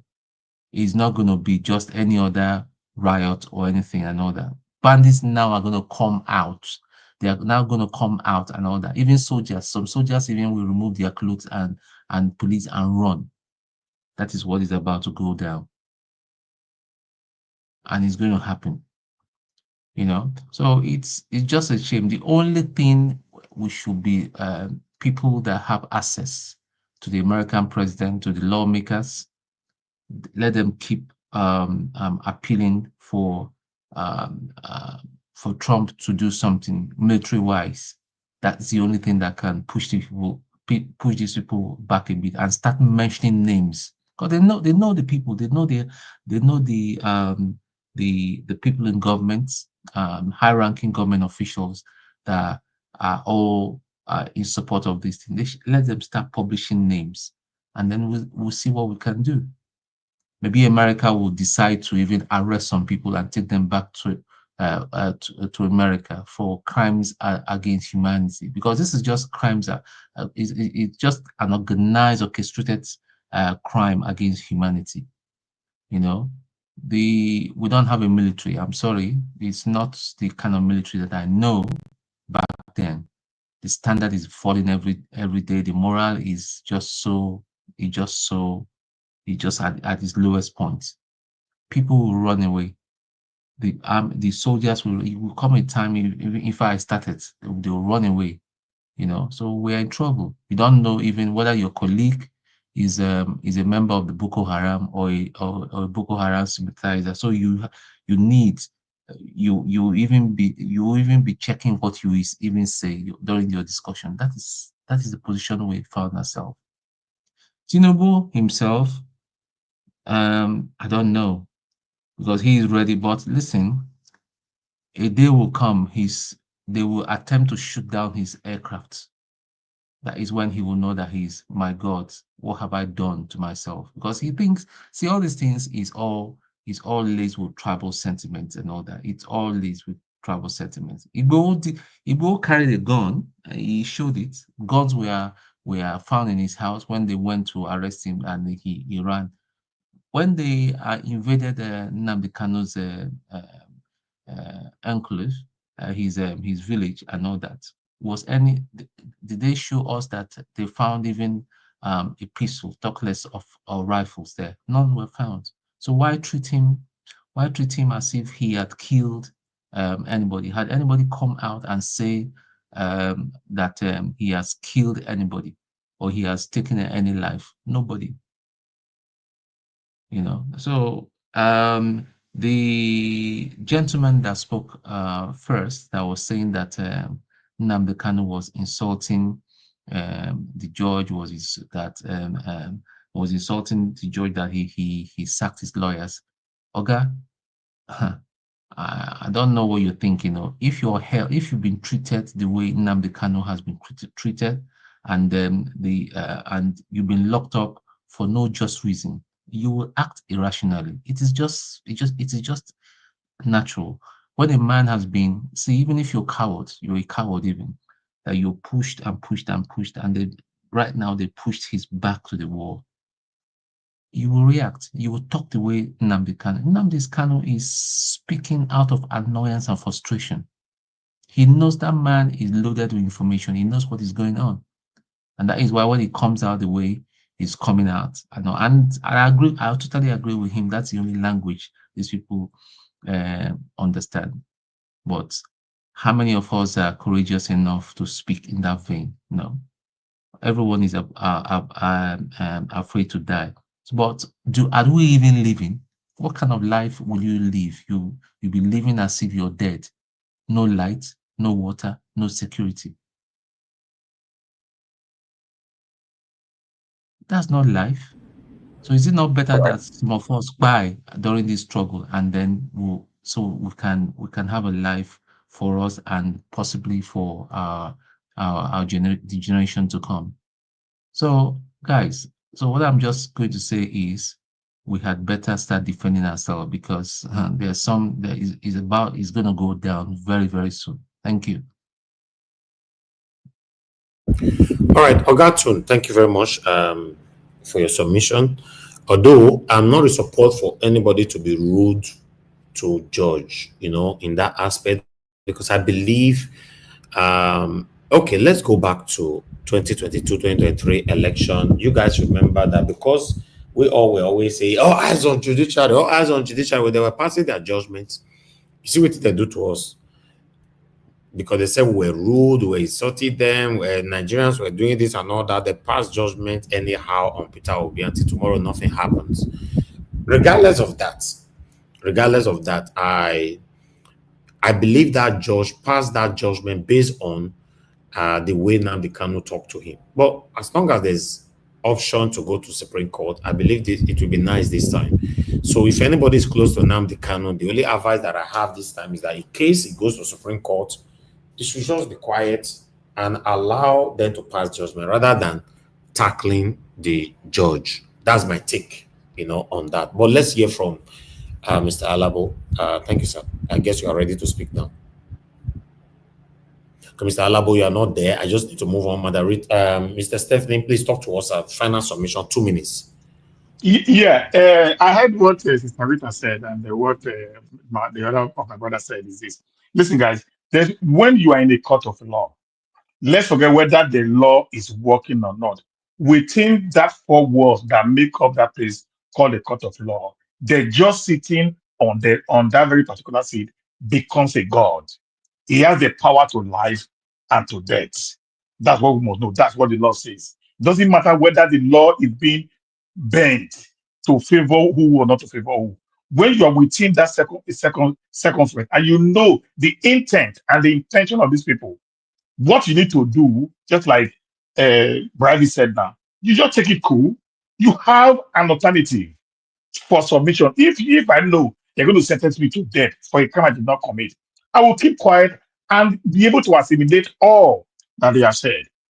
You not talking, I didn't say you should not talk. Your talking should not resort to violence, tendencies, insultive words that do not actually support your case at that point in time. It is not only that day of judgment, it has been a recurrent statement, which the judge also put in his judgment. We must understand that whether it was being sentimental, whether it was being ethnical or whatever case it was, but the fact remains that there were some traces of violence. That's what they were looking for, and he fell for it. Guys, like I said before, it doesn't matter whether you believe it is an act of bravery. But the fact is, when people want to get at you, they put everything in place for you to fall into their trap. That is my case. And on the case of the lawyers, listen, guys, whether the lawyers were there or not there, maybe it was now being sentenced to life imprisonment or to death. That would have been a different case. But the moment he decided to drop all his lawyers, for reasons best known to him, like I said, because those people were the last we wanted to play for pre-bargain for him. Go read the history. They wanted to play for a pre-bargain for him. And he said all of this should go. That he's going to take over his case by himself. And the moment he took over his case by himself, it was now his time to now open his defense. That was an opportunity for him to actually explain to the world what transpired. Because as a man who is now the judge, the lawyer and the defendant himself, he would have just climbed the dock and explained everything that transpired. But he told the judge he doesn't have a case anymore until the judge tells him which case the judge is using to actually, judge his matter, which was right. But at the moment the judge refuses, what he would have done is to quickly go back to the Supreme Court for proper interpretation of that judgment that Nnamdi Kanu is holding on to. You have to understand something, my brothers and sisters. That judgment that Nnamdi Kanu was holding on to was actually from a Supreme Court in that same country called Nigeria. It was not from America, so not from the United States. It's not from the United Kingdom. That same Nigeria was where that very case came from. That means there was a case that was in his favor by the Supreme Court.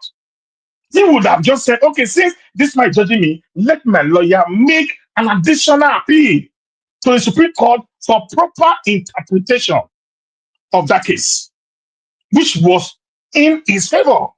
That he did not do. Rather, he said, I have no case anymore. I don't have a case until I'm being told the case in which I'm being persecuted. And if that was his intentions, guys, from the beginning, he would have pleaded at all. Because from the beginning, many of us stood by him when they took him away from Kenya. But the moment the case started, he opened his own case and the plaintiff opened and all that and that. Then that means he actually consented for the case to be judged by that very particular judge in Nigeria. If they have called you and you guilty, you will say that I don't have a case. Show me the court or show me the law that makes you this judge or this very particular court to try my case. The case would have continued from there. They would have been in the federal high court determining or trying to now ascertain the law in which he was being judged with. And in his case that he quoted, he said the judge told them to go and amend. You know, crimes. Okay? And he didn't do it. That means he knew that there was already a case on him. But the issue was the law that they were using to hold him is already expired or it's not in use. That was what the Supreme Court said. That was where Nnamdi Kanu held on to.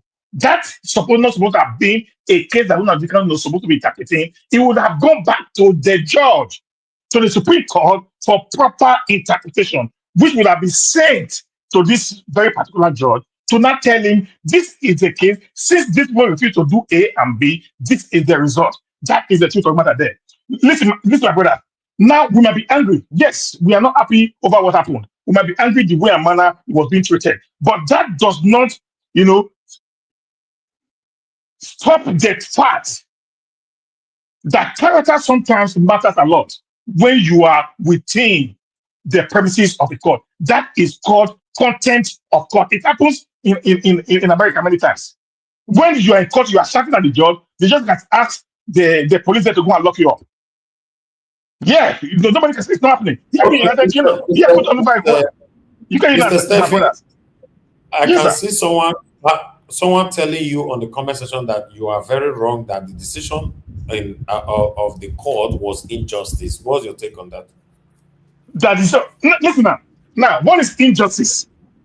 Now, I'm not saying there is an injustice in the way and manner his case was being handled, not the decision of the court, sir.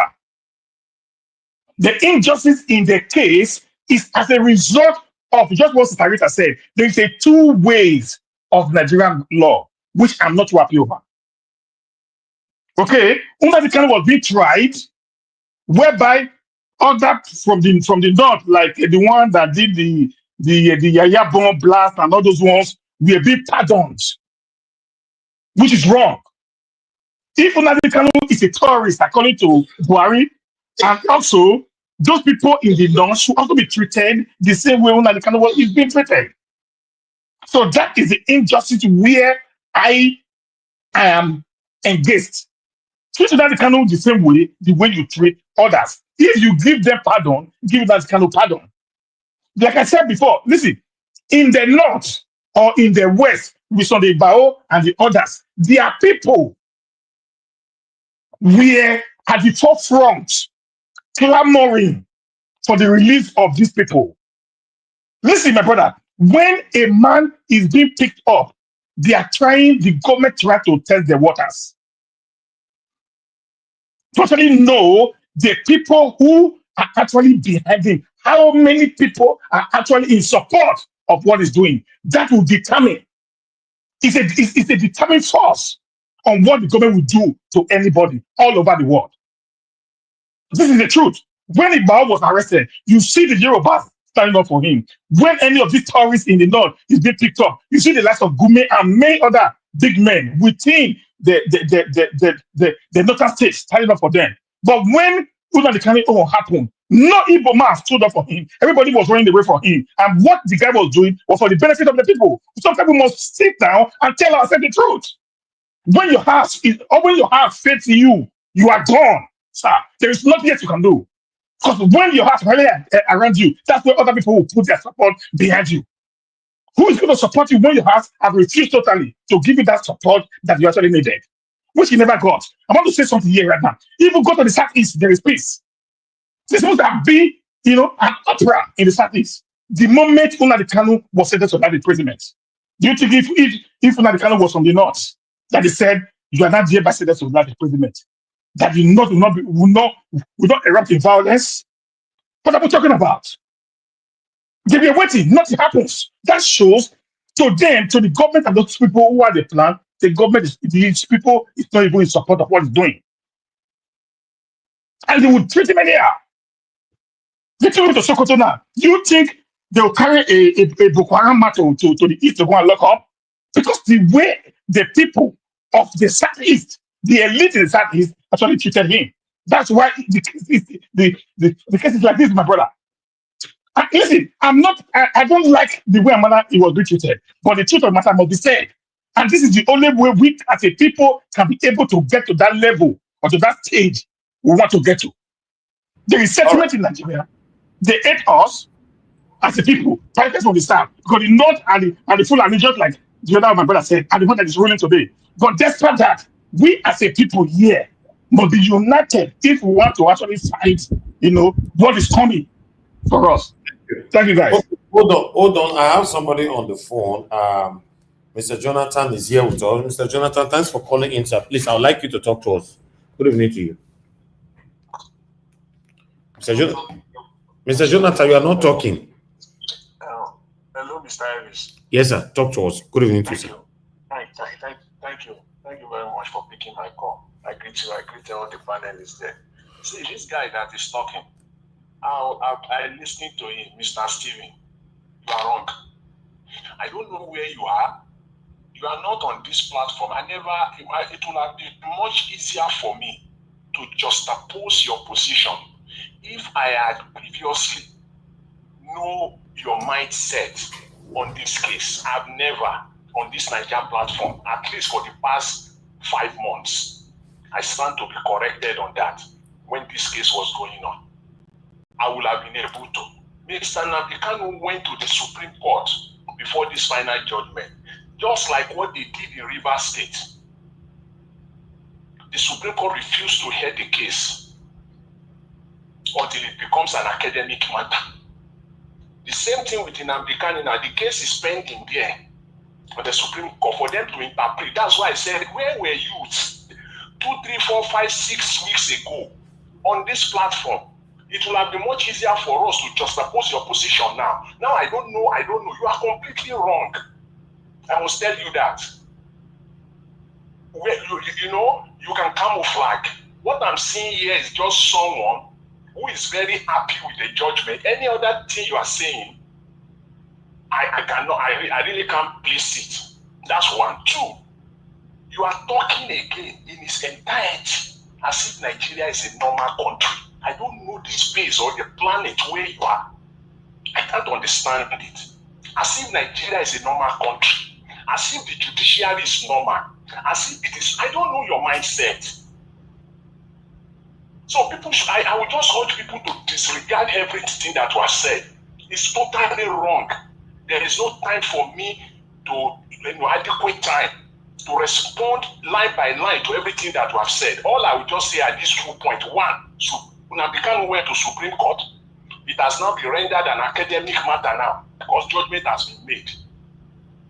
2, it's like you think Nigeria is a normal country. To you, Nigeria is a normal country. To you, the judiciary is a normal judiciary. Doing comparison of apple and oranges together, all this place, comparing the Nigerian judiciary system with that of the United States.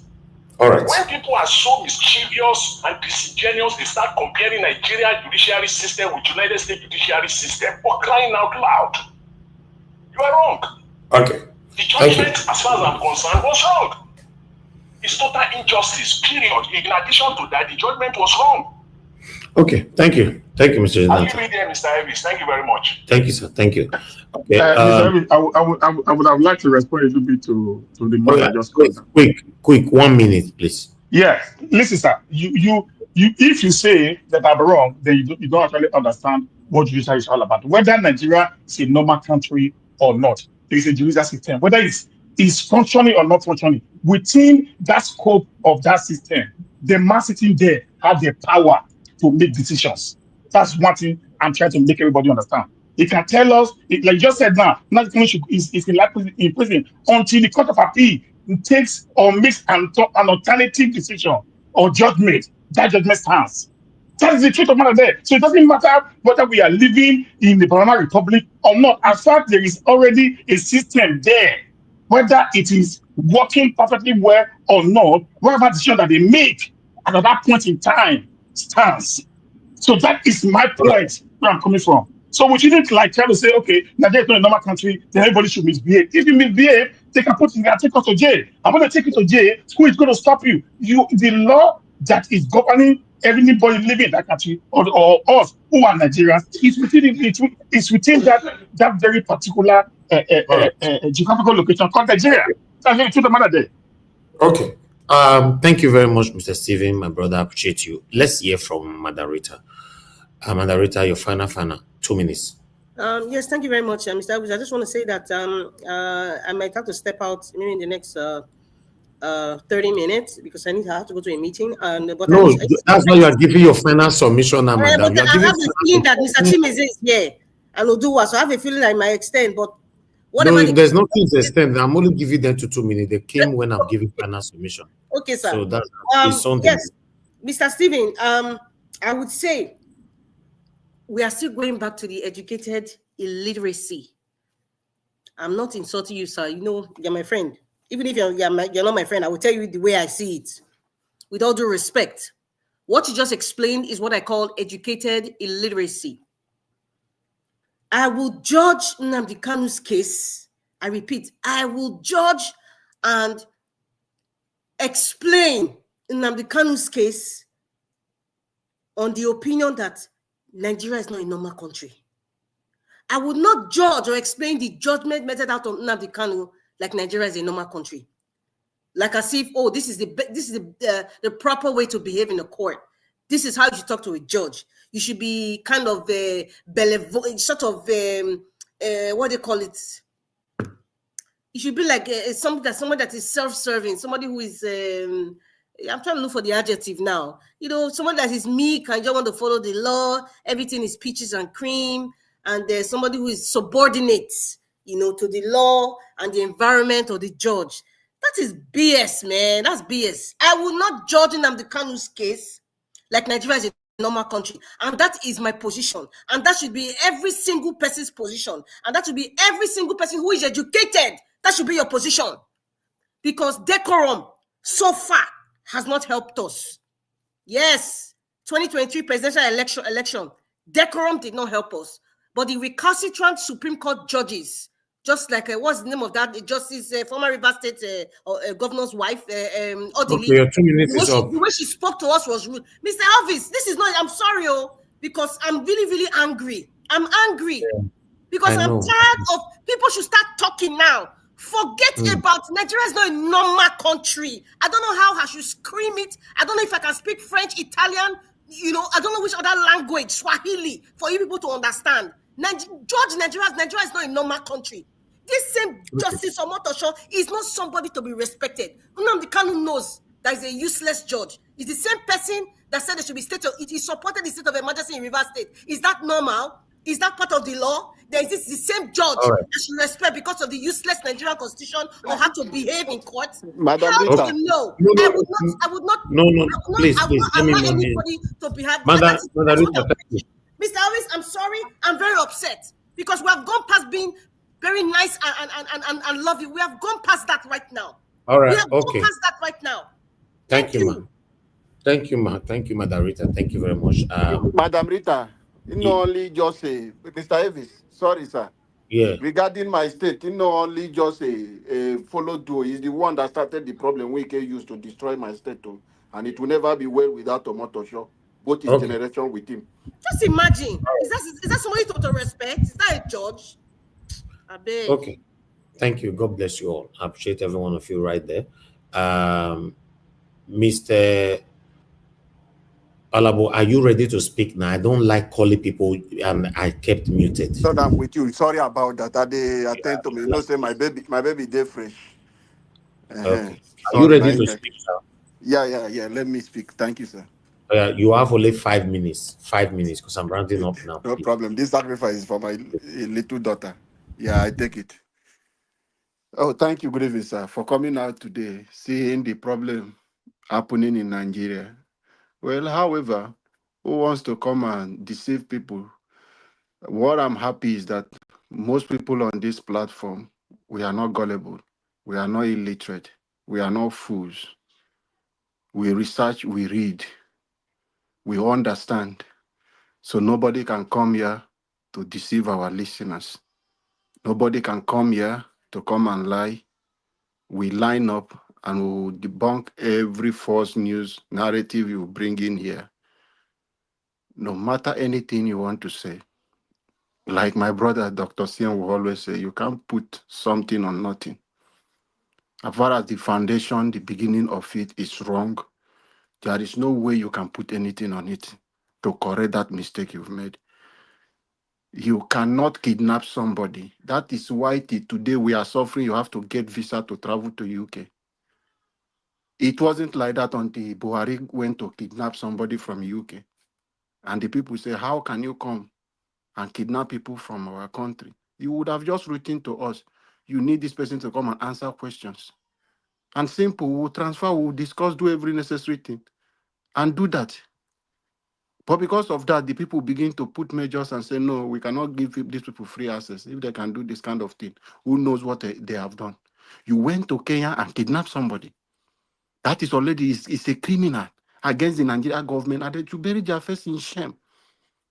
So on that, you can't do anything. You must start, follow the process, take him back to there, then do official request to say, okay, this is what we want to do.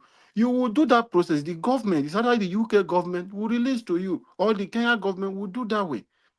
So you can't just go and kidnap somebody and you begin to want to build on false foundation and you think it will start. So how are you coming to claim to people and tell people that the judgment is right? No, you cannot tell. You cannot be doing things in the wrong way and say you want to use law. How can you when you don't obey law? The Nigerian government, do they follow the procedures to extradite him or to bring him back to Nigeria? What step do they take in doing that? Kidnapping, is it the proper way? And for that, many courts are find them guilty for kidnapping somebody. What is kidnapping? You take somebody without his consent. You took that person and court have fined you and said, awarded you penalty fee for you to pay to this man. Yet, you kept him in your custody illegally. You did not obey the court order.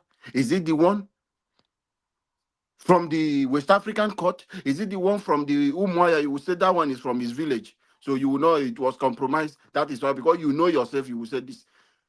Did you obey the court order? Now you sat down. You feel, this man spoke to me rudely. He's telling you to your face who you are.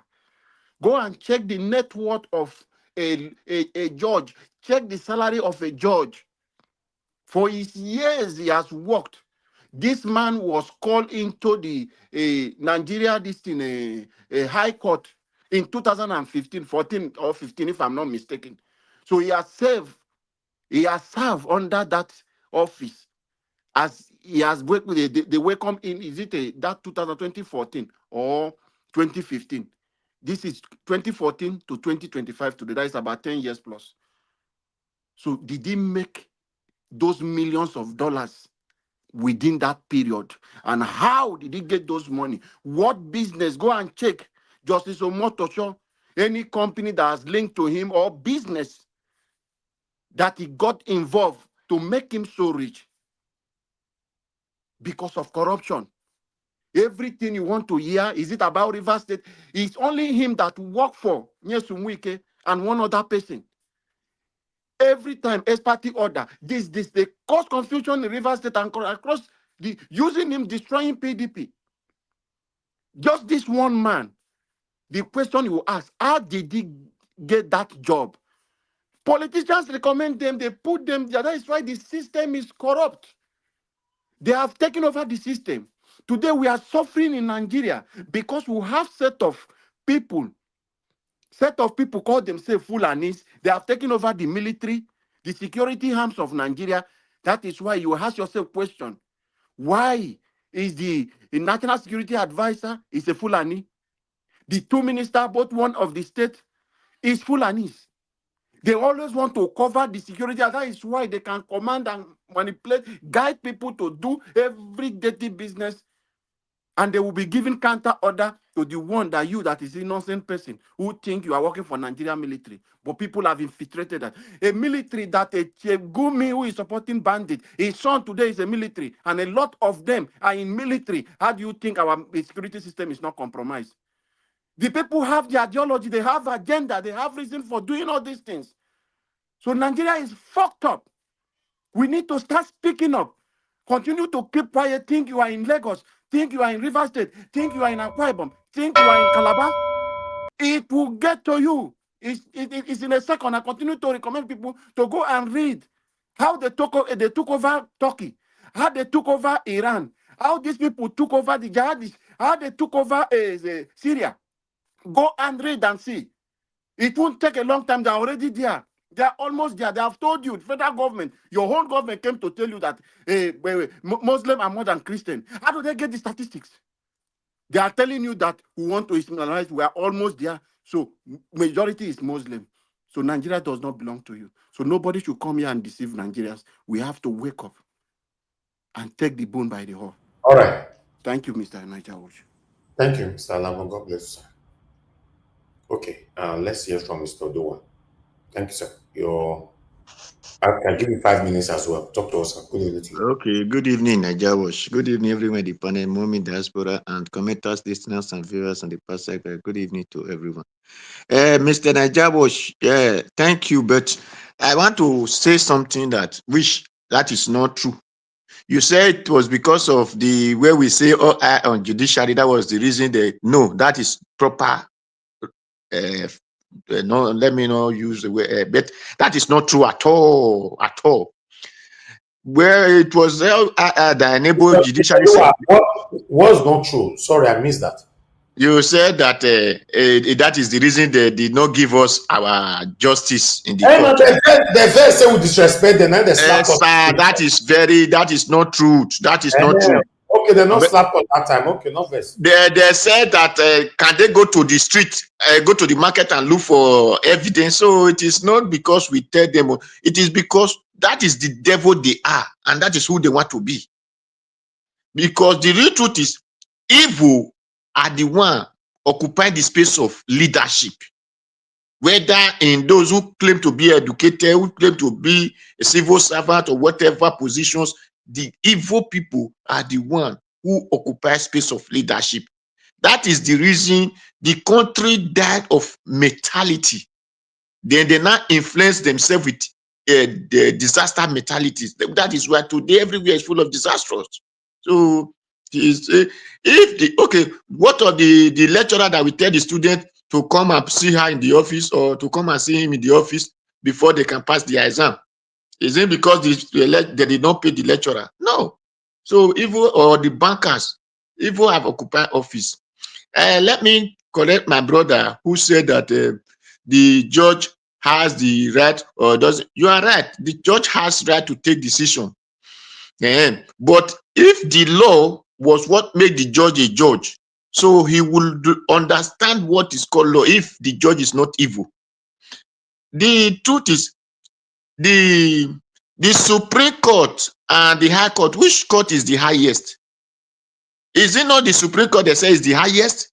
If the Supreme Court have said this man, let this man go, then the High Court is now saying whether they kidnap you or they did not kidnap you, and you have to face a law. Automatically show you that all of them are evil, because the Supreme Court have said this man is not guilty. The Supreme Court did not say you should go. The Court of Appeal, why do they find? Why do they find that? The Supreme Court overruled the Court of Appeal case and said, yes, Nnamdi Kanu was actually kidnapped from somewhere, which is wrong, and they advised Nnamdi Kanu and his counsel that they should sue. Then the Supreme Court now said Nnamdi Kanu still has a case to answer, and now made a decision to send the case to the Federal High Court for ruling court and court proceedings to proceed. That was the judgment.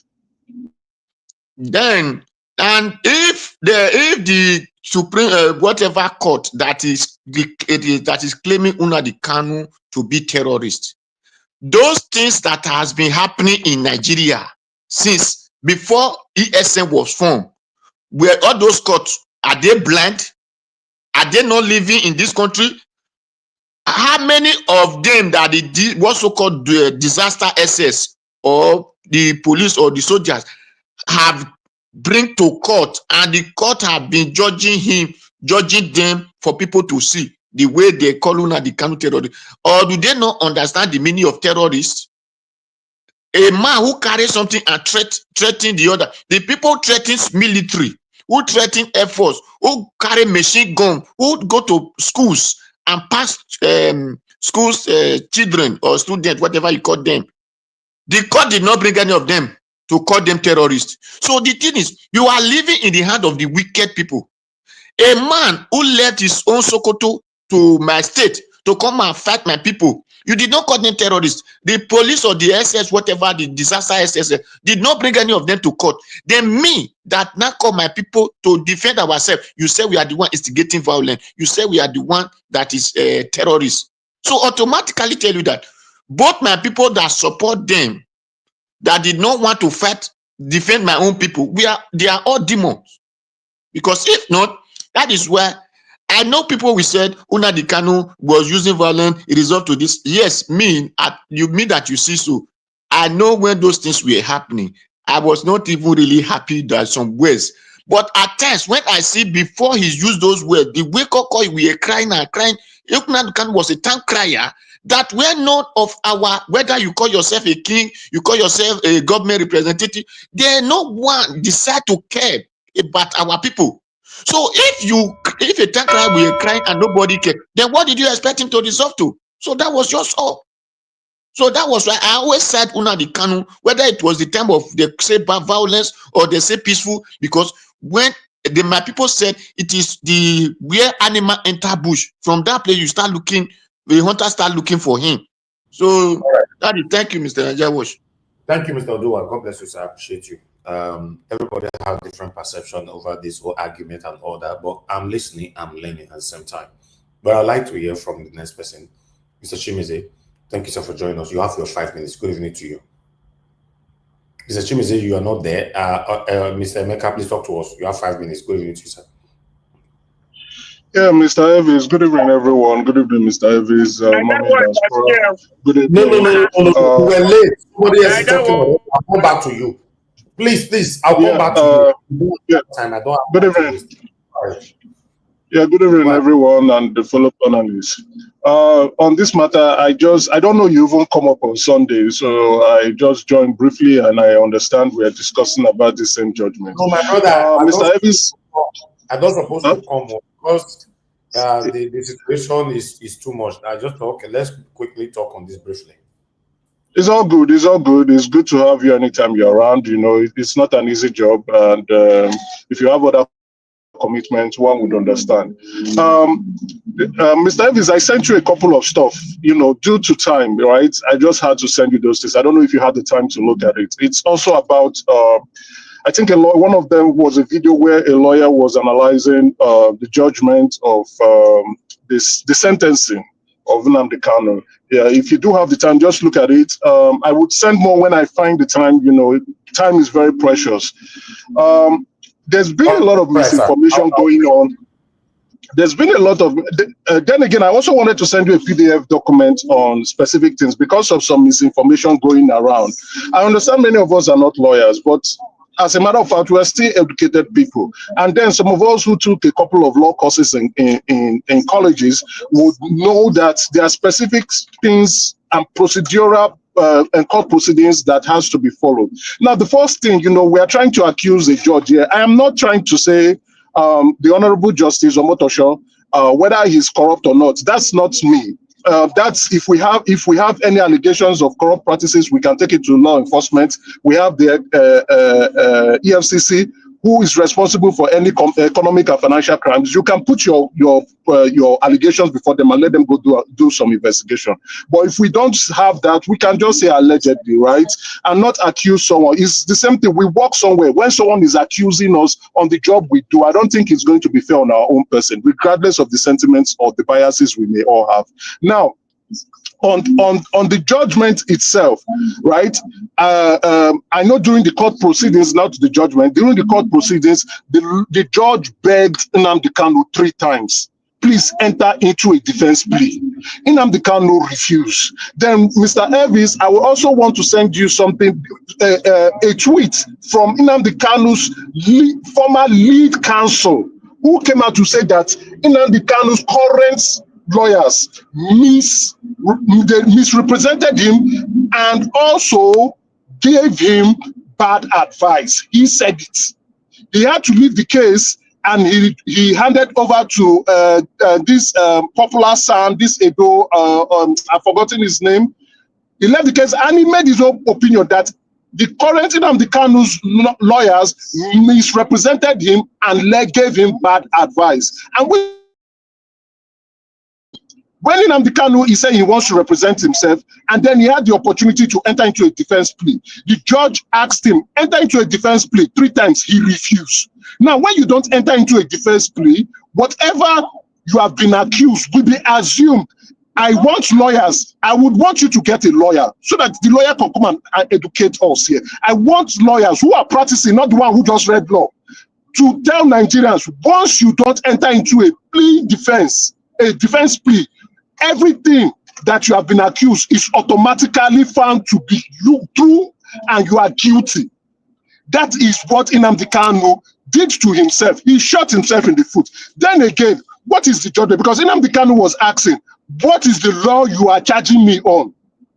The judge actually read the law. The Terrorism Prevention Act of 2013, right? That law has also been repealed because Nnamdi Kanu's wife was going around and saying on Twitter that the law has been repealed. And I asked her on Twitter, where was that law repealed? Do you know what you are saying? And stop misinforming the public. Because the law was repealed and an upgraded law was put in place. The Terrorism Prevention and Prohibition Act of 2022. And in that act, the law said that if someone has been charged under the Terrorism Prevention Act of 2013, that charges would continue as if the Terrorism Prevention Act of 2020 has not been repealed, which means if the federal government is charging you under the Act of 2013, and now that the Act of 2013 has been surpassed by the Act of 2022, your case will continue. Now, not only that, what I did with Nnamdi Kanu's wife, Uchechi Kanu, I now went, I asked Grok, interpret what this woman is saying and educate her. Grok went through, interpreted it, confirmed that I was right, and told that the truth. You can go, you don't need to follow me on Twitter. Go to my post and go and see what Grok interpreted, not me saying it. Grok did that because people are coming. There are so many grifters who want to continue with their financial grift, collecting money from diasporas, and Uchechi Kanu is one of them. Uchechi Kanu is one of them, always misrepresenting the facts. So, was Nnamdi Kanu properly charged? Yes, the Supreme Court, the highest court of the land, said, yes, you were kidnapped. Yes, your rights was infringed upon. Yes, the Nigerian government do not have the right to extradite you illegally into Nigeria, but you still have a case to answer. What you can do is take the Nigerian government to court for violating your civil and freedom rights, and then you still have a criminal case to answer. Let's read the judgment. Keep your biases aside, read the judgment, because we want a working Nigeria.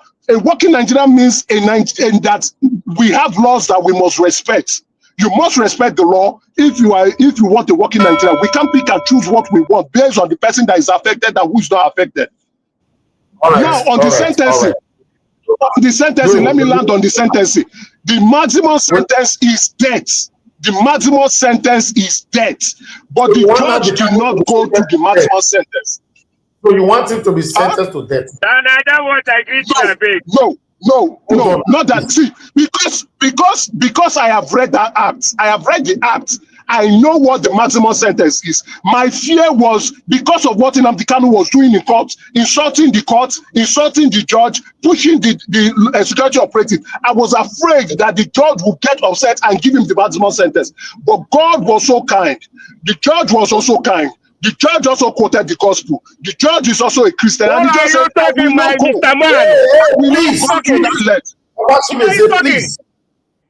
Please. The judge said, I will not go through that length.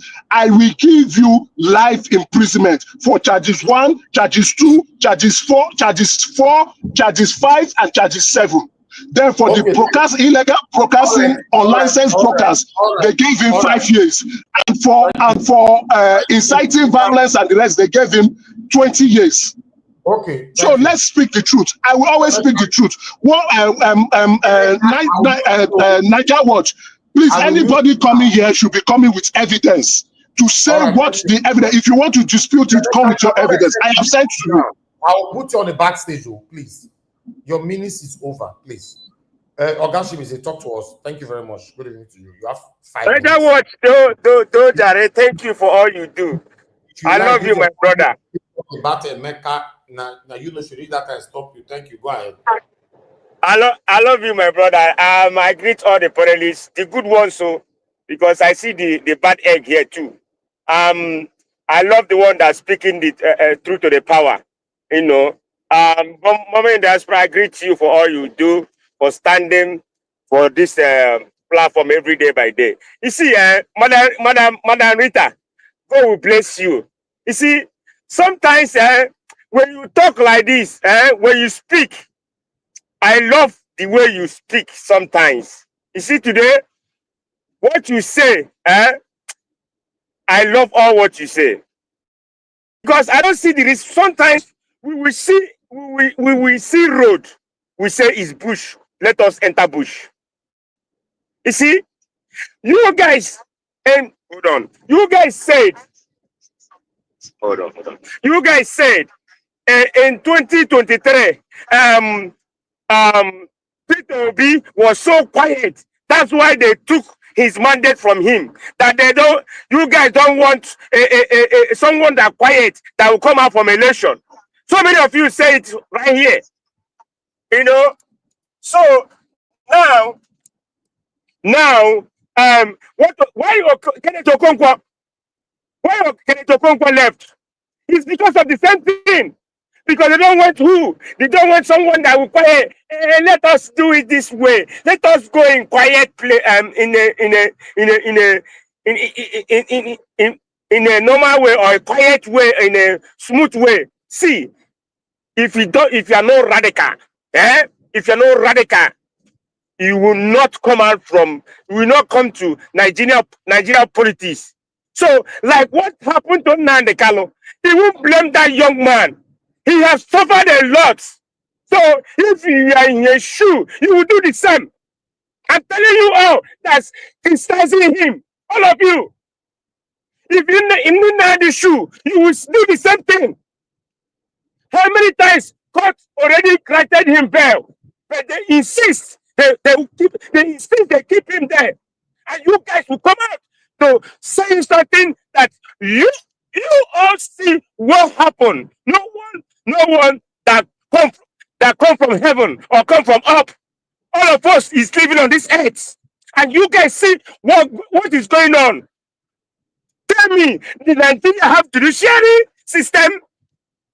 Now the Kanu already know what is going to happen. That's why he was doing what he's doing. Don't blame him. What on this earth will this such a thing will happen to you and you will keep quiet as a gentleman? Gentleman, there's something that will happen to you. He said, this gentleman, he will just, this suit, sometimes suit will make you gentleman. Say, let me take off this suit and throw your tie and throw your suit away. I said, let's fight. That's how it happens. You don't come here be saying something that, now they could have do this. But all of you, since this thing have been going, so many people that coming out from your cupboard, coming out from your kitchen, now coming out on the also some social media and be speaking, he could do like this, he was so arrogant. Where were you all this long time ago? Now, because you see what happened, you now came out and start talking something that, people would start praising you. Who is going to praise you? Because you know that your country is not working. Nigeria is not working. What are we doing? How are you blaming that young man? He stood up and is fighting for his people. Then all the other people he's fighting for, they fight. All of you never say appreciate. You see, he never appreciates within one day. But what he's doing. Thank you, Niger Watch. All right, Ogashimizi, I like the last part where you said everything Nnamdi Kanu did, they didn't appreciate him. And that is what I'm still saying now. This man was sentenced to life for the past 3 days. Everywhere's quiet. Why some satanic people are defending? No, they know what they are doing. Most of them now, their power is on comment section. Now there they get power. If anything happened to Nnamdi Kanu, where they didn't catch at that time, that's what they talk. Now, for their present now, cowards, they don't sentence them now to life. They are still on that same comment section, still saying, if anything happens, that's where they put for life. You are still saying if anything happened to you know, see that you are a coward. You are not only a coward, you be the one. The proper coward. Comment section, now they get the power. It's very unfortunate. That's him. God bless you. The people we fight for, where are they? Where are they? What are you doing right now? What are you saying? You are there on the comment section attacking people, become a lion and all that. You know, as we they talk, so I'm still looking for, because some of you have justified satanism by saying if they protest, they go buy them, they go do this. I'm still waiting for Nigerians. Let me say consigned Nigerians in abroad, in diaspora, their video where they don't take the protest for the past 3 days. I never see anyone. Video where people take the protest right now, maybe for America, Germany, UK, every other developed apart from Nigeria. You know, if you still protest for them, they go buy you. Cowards! Cowards! Now not be. I would like us to hear from the next person, I beg. Mr. Niger Watch. Yes, sir. I beg, can you ask a question for me?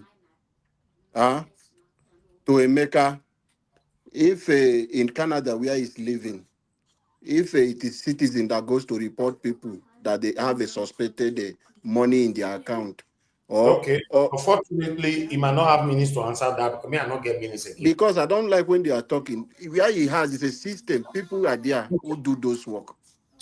Minutes not there because today is Sunday. I don't want to sleep here. Mr. Pansa, you're on the backstage. You know, on your camera. So I'm rounding up right now. Mr. Stephanie, please talk to us. Sir. Your 2 minutes. Okay, let's hear from Mr. Pansat first. Then I'll come to you, Mr. Stephanie, for your 2 minutes again. Mr. Pansat, thank you, sir, for joining us. Good evening to you, sir. You have only 5 minutes. Please work with your 5 minutes, sir. Thank you.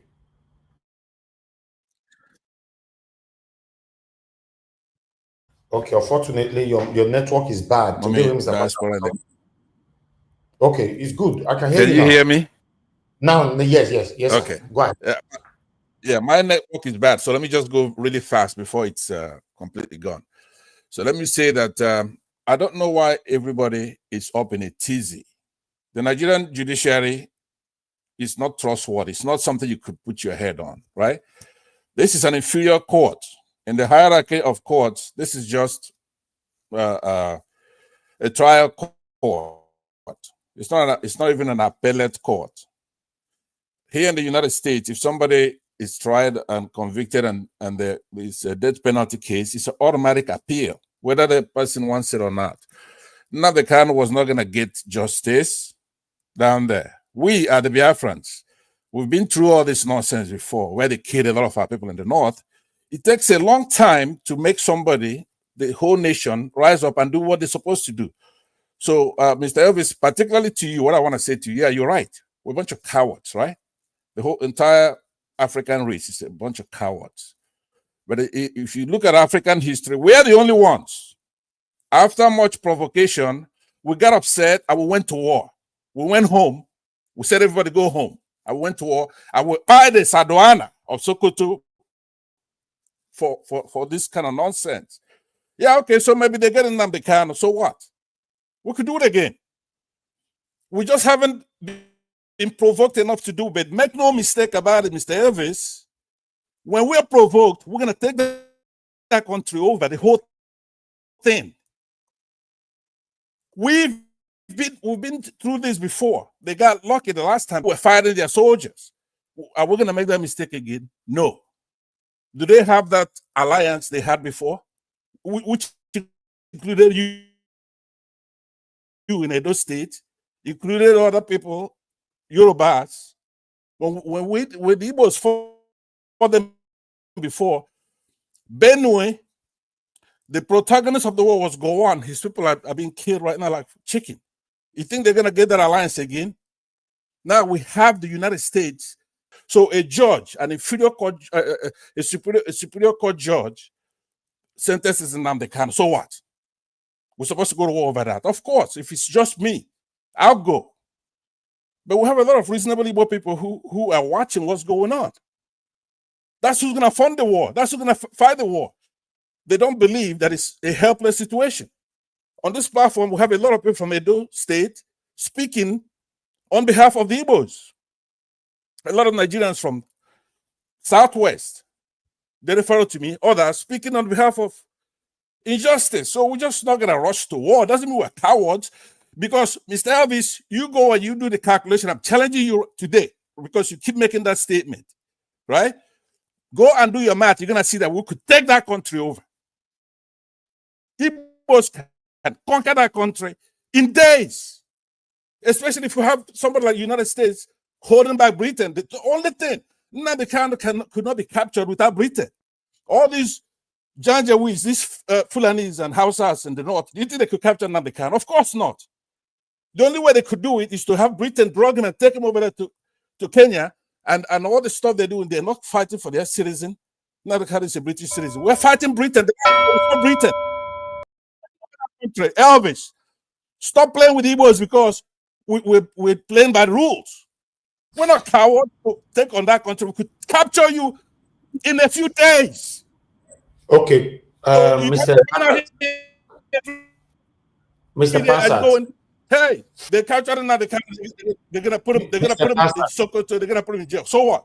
He's a soldier. He's a soldier. He's fighting for his people. He sacrificed his life for it, right? So they could go ahead and do what they want to do, right? Okay. But don't forget, we buyed one side one before we're gonna buy another one. Just remember that. Mr. Passat, you said I should stop playing with the video that you can capture us. Please, can you just do the capturing now, please? I'm tired of this talking. Listen to me.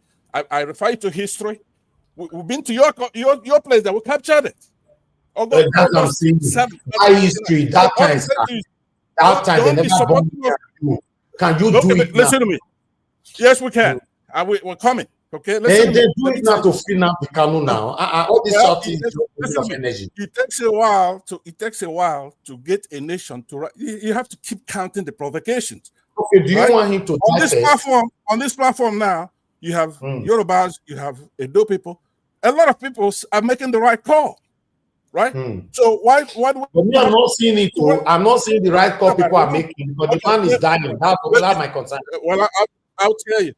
Allow me to ask Emeka a couple of questions, please, on the legal aspect of this, because he made some statements. Emeka, I want to ask you a question. Can a judge err at any time during a proceeding?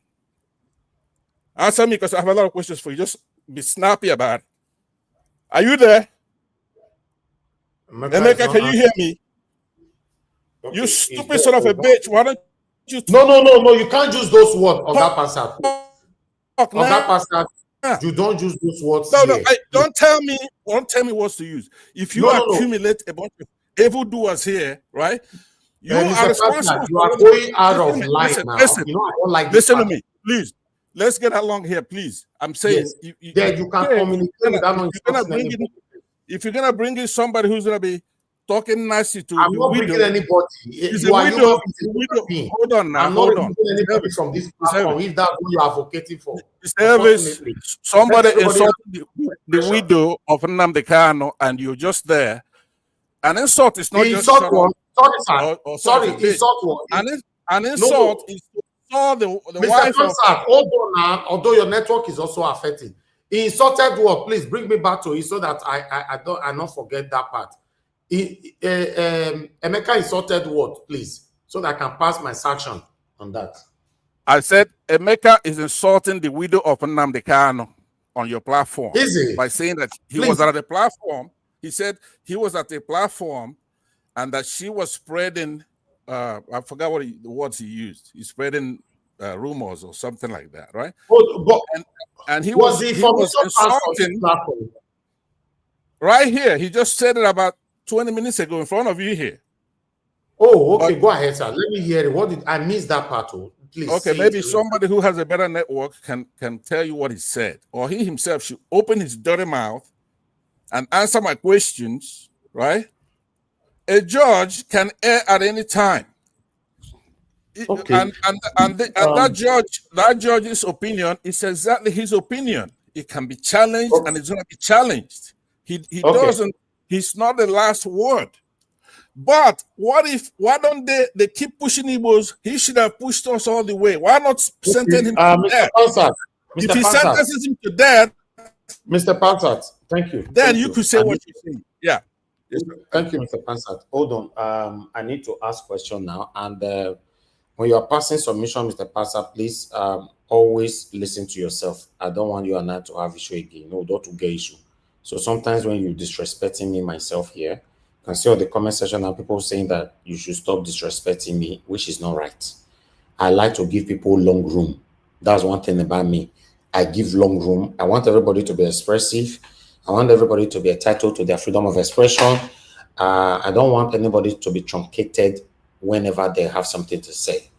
And on this same platform, if you pass any information here, and which is deceitful, misleading, the beautiful thing about my platform is that my lions and tigers, they're always here with me. They will call, they will tackle you.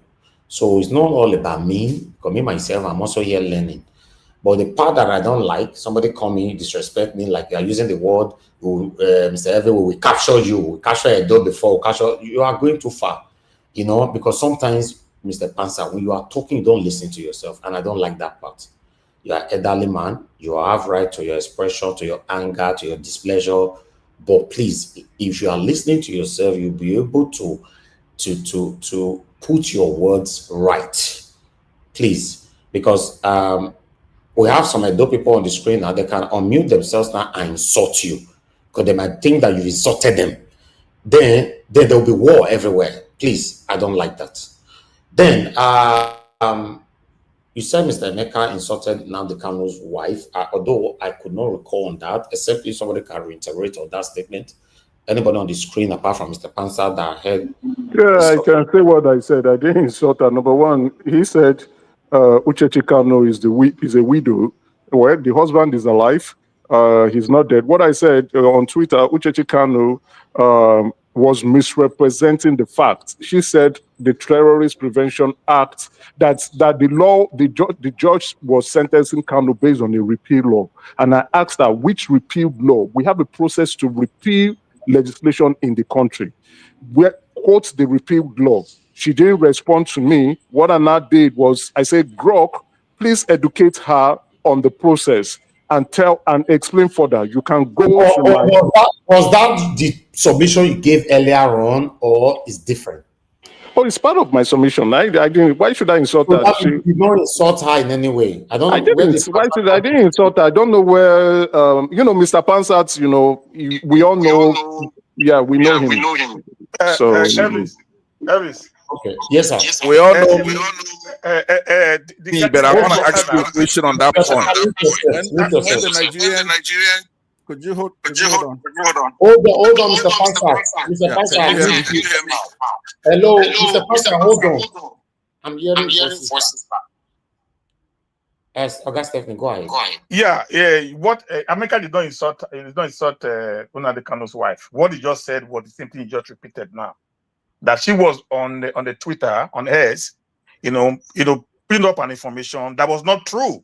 Ina asked her, can you please tell us that law that you said is no more in existence that they used in sentencing Nnamdi Kanu to life imprisonment? She didn't respond to him. Then Ina asked another lawyer to explain to everybody on the social media what the law actually said and what happened. I don't think that was an insult. If if I would be asking to my own opinion. Right. He just gave his own opinion and his own little legal advice that he also had.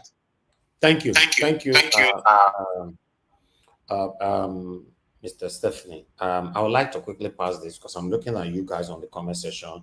Some of you demanding Mr. Pansa should take his words back and all that. Mr. Pansa, by now, I thought you have changed. Please, I don't want us to be having issue. You can, no matter how angry you are. I don't know if people can learn from me, even that I'm learning from people here. No matter how vibrant I am or how angry I am, how disappointed I am on this platform, can't you see I have a strong control of words? You know, since the history of my platform, have you ever seen I insult a politician directly, apart from labeling them or describing them with the only word satanic? Finish. You know, you can't just come in, you insult the moderator, insult everybody, insult a whole ethnic group because you are angry. You will capture this, that's why I use the word cowards. Because at the moment now the Kanu is dying away. You say he should die because he's a freedom fighter. Just imagine. Then you said his wife is a widow. The Kanu never die. How is his wife a widow? Please, if we are angry, listen to yourself when you're passing submission. You know, I don't like pressing button to take people out of platform. Even to mute people is a problem for me here. I don't like it. I keep bringing there. Yes, sir. The network is failing. Go ahead.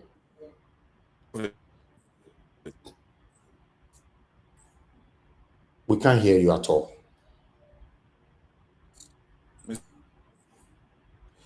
Mr. Pansa, we can't hear you. Your network is seriously failing. We can't hear anything. Okay. I think we need to round up now. Fortunately, Mr. Pansa wanted to say something, but we can't hear. I've been now let me know the year. Not the year. Because me not bless him. No, I can't. We can't hear him. I think his network is bad.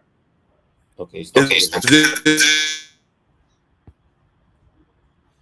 We still can't hear you, sir.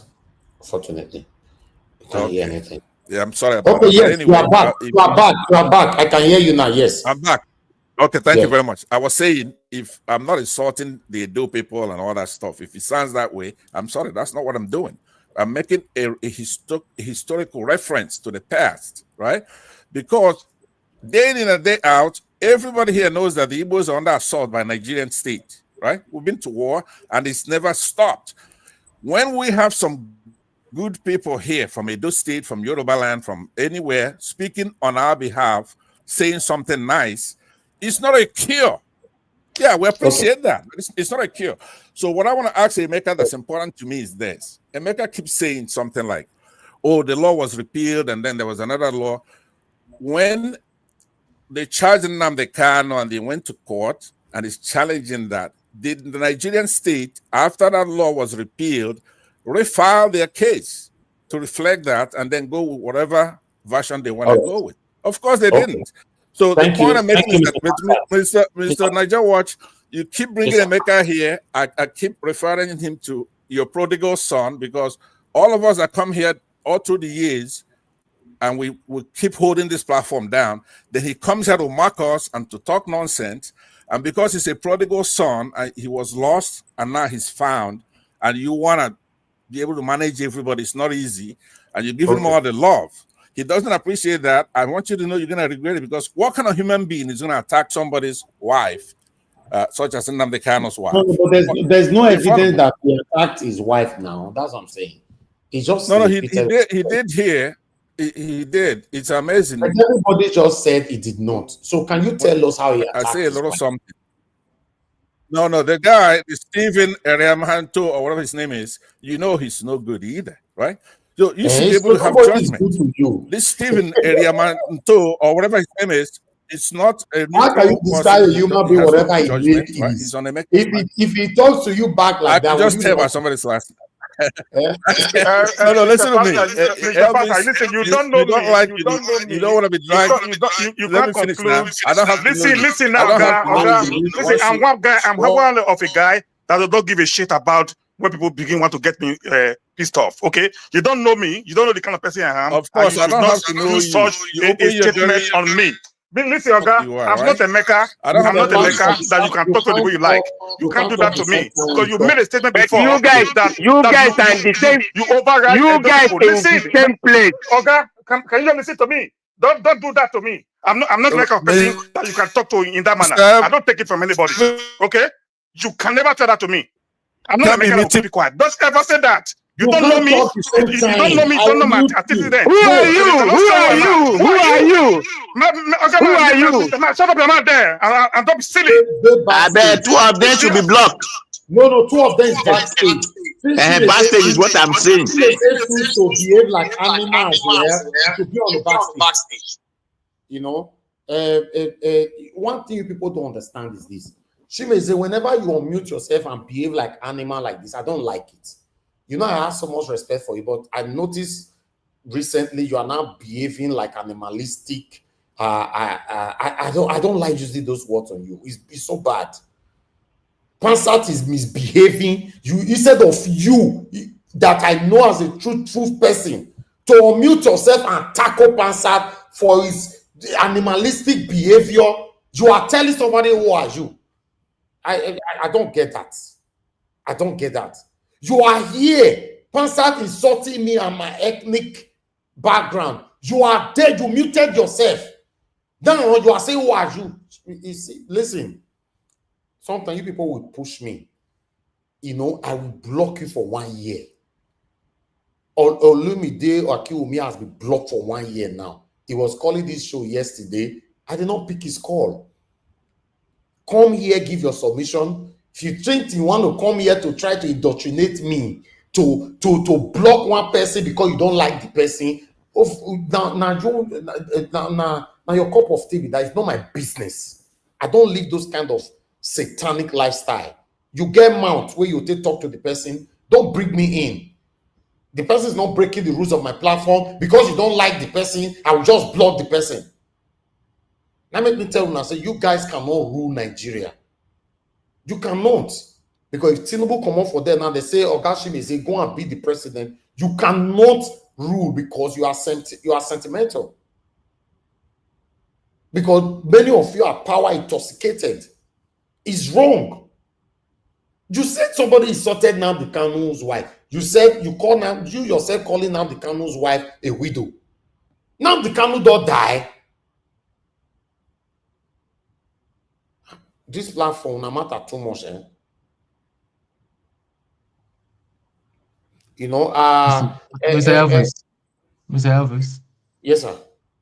I think you need to set a strike rate. By the time you want somebody first, second time, third time, just strike. You just see all these matter. We're all adults here. See, that's not the major thing we should be talking about. We should be talking about constructive things. See, all these abuses that we abuse ourselves and all that kind of thing, it's not nice. It's maybe not I need to be more stricter. You are right. I need to. I think first strike, second strike, after the second strike, third time, the person goes away for about 2 months or 3 months. By the time they come back, if they are not sober 1 year. I really need to be doing that. Even the 2 months is too low. Minimum 6 months. Just go. You can't call me and be sorting Mr. Stephen, whatever you are or whatever. Then I'm just ashamed as an Igbo man for somebody to be abusing this thing that we captured you. That those things are unnecessary. I don't know what is wrong with Mr. Pansat and an elderly person that is supposed to have a bit of decorum and sense and all that. He'll just be behaving like someone that is smoking some. I don't know. And sorry, sir. Sorry, my brother. And okay. You know, I'm a Benin man. Everybody know me here. I'm a proud Benin man. I defend my identity like no other thing. When he said that word, I respected Elvis. If it was in a normal situation, he won't finish the word before I reply him. Nobody go there. Okay? So if we are supporting Nnamdi Kanu, the entire Edo is fighting for Nnamdi Kanu. Even in the last election, we had one of the best, result for Peter Obi. We took Peter Obi matter on our head. Edo State is where any Boma can come and live as if he's living in his own town. We are not. We don't have this one is an Igbo man. No, all my workers, all my friends are all Igbo people. You get me now? So when you come in here, we are talking about a situation, a case that is not properly done. And Emeka is trying to explain that this is the law. It doesn't matter if we don't accept the law or not. And you are insulting him. Then you are insulting the moderator. You are insulting the moderator's ethnicity. You are insulting everybody over an issue that you can just. That's why I said from the beginning, sir. I said the Igbo elite, none of them is talking. You are here insulting us. The man who put Nnamdi Kanu in prison, you left him. When you are fighting, you're supposed to be fighting them, not us. That's why. You know, thank you, Mr. President. I need to mute you because there's this voice coming from your end. You know, listen. Thank you. Listen, if you try to drag me into rubbish, if I'm not, many of you don't see me finish for a year. You know why when I see me finish, I know say I know they talk. I know say I know they talk. Because many of you for year, Oga CM is on the screen. I don't talk so many times. Say, if he get button, he could not block many people, or he could put somebody on the backstage. Now only me know they use those power. Say make I just block you. I know they use those things, and my admins they don't do it. Mother Patricia, you people are saying that doesn't like Igbo, doesn't like Igbo. Are you guys aware that she's an admin on this platform? She has the power to block people. She has never done it one day. Because my admin, they are not allowed. If people criticizing you is not enough for you, because somebody insulting you or disagreeing with you on the comment section, you go block them because you have the power. I'll take the power from you. I've seen so many times, sometimes you guys disrespecting her because of some of her statement that you think is also disrespectful to the Igbos. Then I'll be waiting to see if she will use her power. She have never done it one day. Because this is what the platform is all about. So I think I should follow Mr. Toons. He's an Igbo man, a proud Igbo man. He's very, very lenient on this platform. I think I should follow his footstep or his statement. Maybe when we warn you first time, second time, you'll be blocked on earth and the heaven for 6 months. You cannot be on this platform biased. She may say a pastor insulting me and my entire ethnic group. Then you quiet. You were there, you quiet. My question now, I'm sorry that I have to ask this question, my people. In a reversed way, if now a dope person, now he did the problem when Nnamdi Kanu did so, do you think the way those people they carry Igbo matter for head, some of you on this platform, will you do that for a dope person? I can't say everybody. Someone like Mr. CM told me 2022 that Nigeria was Elvis. I am proud to call you my friend. I will be with you anytime, any day. This man has been consistent here with me. Rain or sun is here. Some of you will vanish. She may say vanish for 78 years. You come now, you came with arrogancy. You don't used to be tout. Now, they are not seeing the spirit of touting in your submissions. What's all that? Pastor that we thought have changed. Just that we will catch out this, we'll catch out. Okay, if I say you be coward now, you say we disrespect you. Okay, Mr. Pastor, I want to put it to you now. Can you go and capture Tinubu now for allowing Nnamdi Kanu to be sentenced to life? Please, in the next 48 hours, we are begging you. Help us to capture Tinubu, Shetima, the judge, Omotosho, Obaseki, Oshomole, all of them that have caused us pain. Capture them. I beg you, help us. You cannot. You are just there. I will capture this. We've done it in the past. Please. Mr. CM, you are the last on the panel. Talk to us. A good evening to you. It's good to have you on the show. 5 minutes, sir.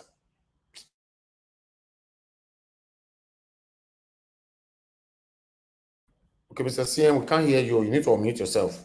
Oh, yeah, thank you. Okay, hopefully, let me adjust. Thank you, Niger Watch. Good evening, everybody. Actually, I came in quite late. I don't really know what's up, but from this thing you said, from your headline, fury in the southeast over Nnamdi Kanu's relocation to Sokoto prison. Of course, yes, there is fury. People are even complaining to me. Why is he being taken to Sokoto prison? According to the judgment given, they said then go put him in a highly secured place. That is what they said. So I wouldn't like to hear one day say there's prison break and they went to kill Nnamdi Kanu. They to buy Nnamdi Kanu. That won't go down well with anybody.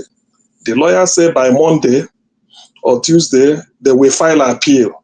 And let us remember the appeal court has already decided his case last year and threw it out. And even said that that case should not be tried in Nigeria because he was extraordinarily renditioned. You can't build legality on a foundation of illegality. That was their judgment.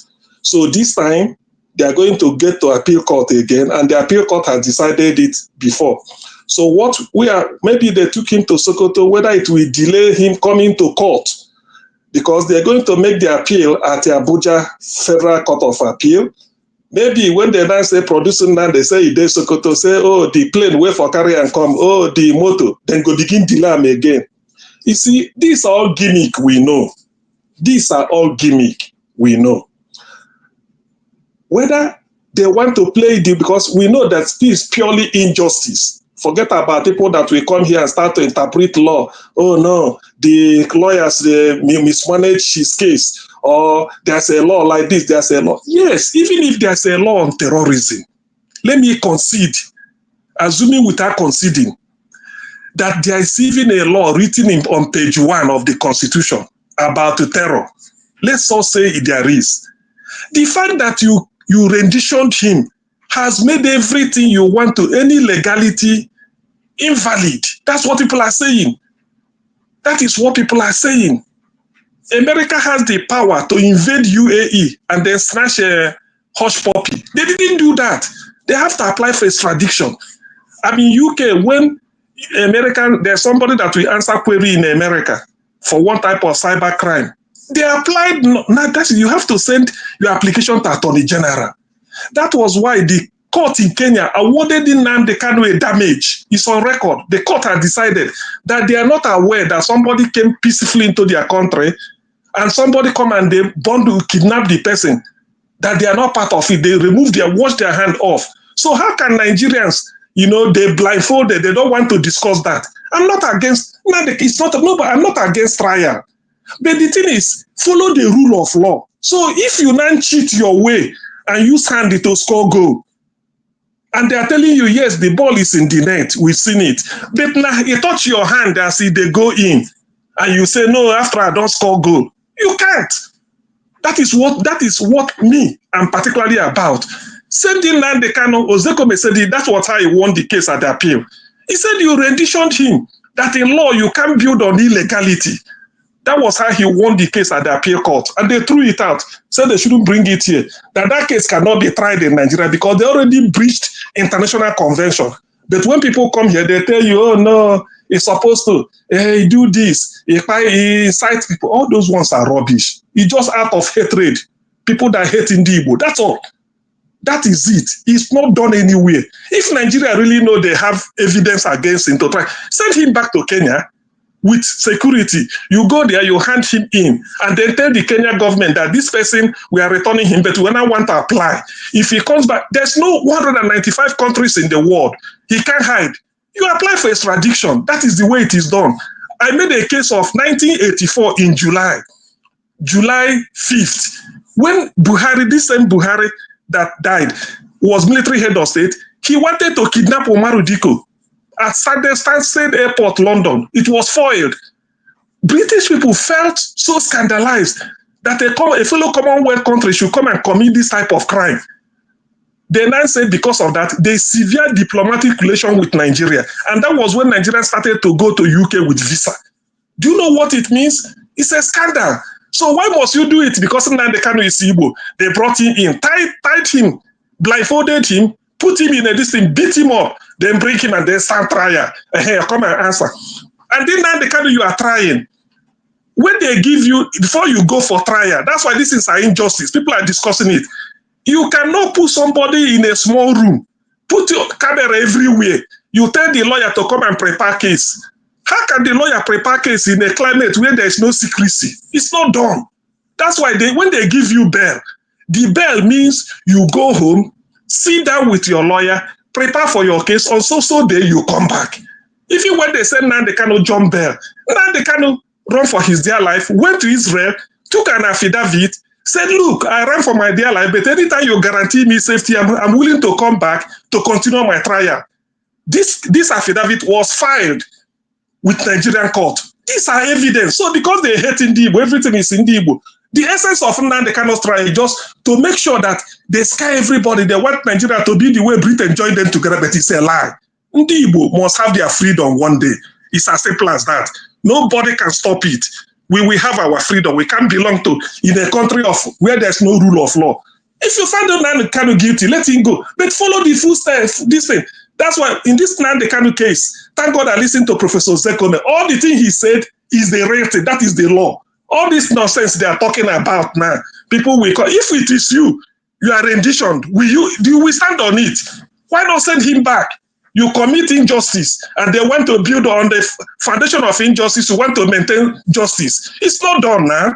You can't put something on nothing and expect it to stand. Let people come and tell me that the man which Nnamdi Kanu came back to Nigeria is the way to bring somebody back. Is it because he's Igbo? And when people talk, they tell you, oh no, they don't find and this. They're just wasting their time. Ndi Igbo, our mind, according to Showore, everybody has seceded from Nigeria mentally. Nobody wants all this nonsense. We're only waiting for Trump to come and help us. Maybe they divide it, you go your way, I go my way. We can't continue after 60 years to be living in an ancient life. Thank you. Thank you.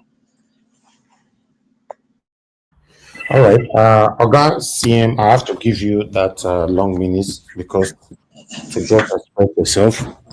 Anyway, we are done. We are done. Let me give my final submission so I end the show. My final submission is just straightforward. I want everybody to know that this is a panel.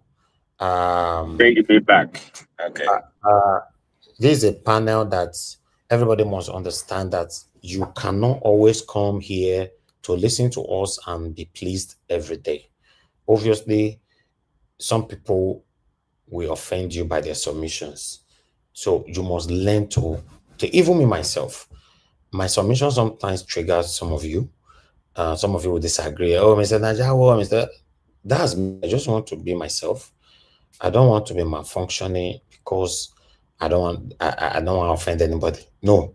If you are going to be offended, be offended. Let me be myself and say how it is. The same way, my panelists need to give the submissions. Allow them to be. You know, if you think like you guys have always called, you know how many times many of you don't call for this platform, we could block to Nigeria, for example. We should block him. How can I just be blocking somebody because you don't like the person? No, it shouldn't be like that. Block to Nigeria. I cannot do that.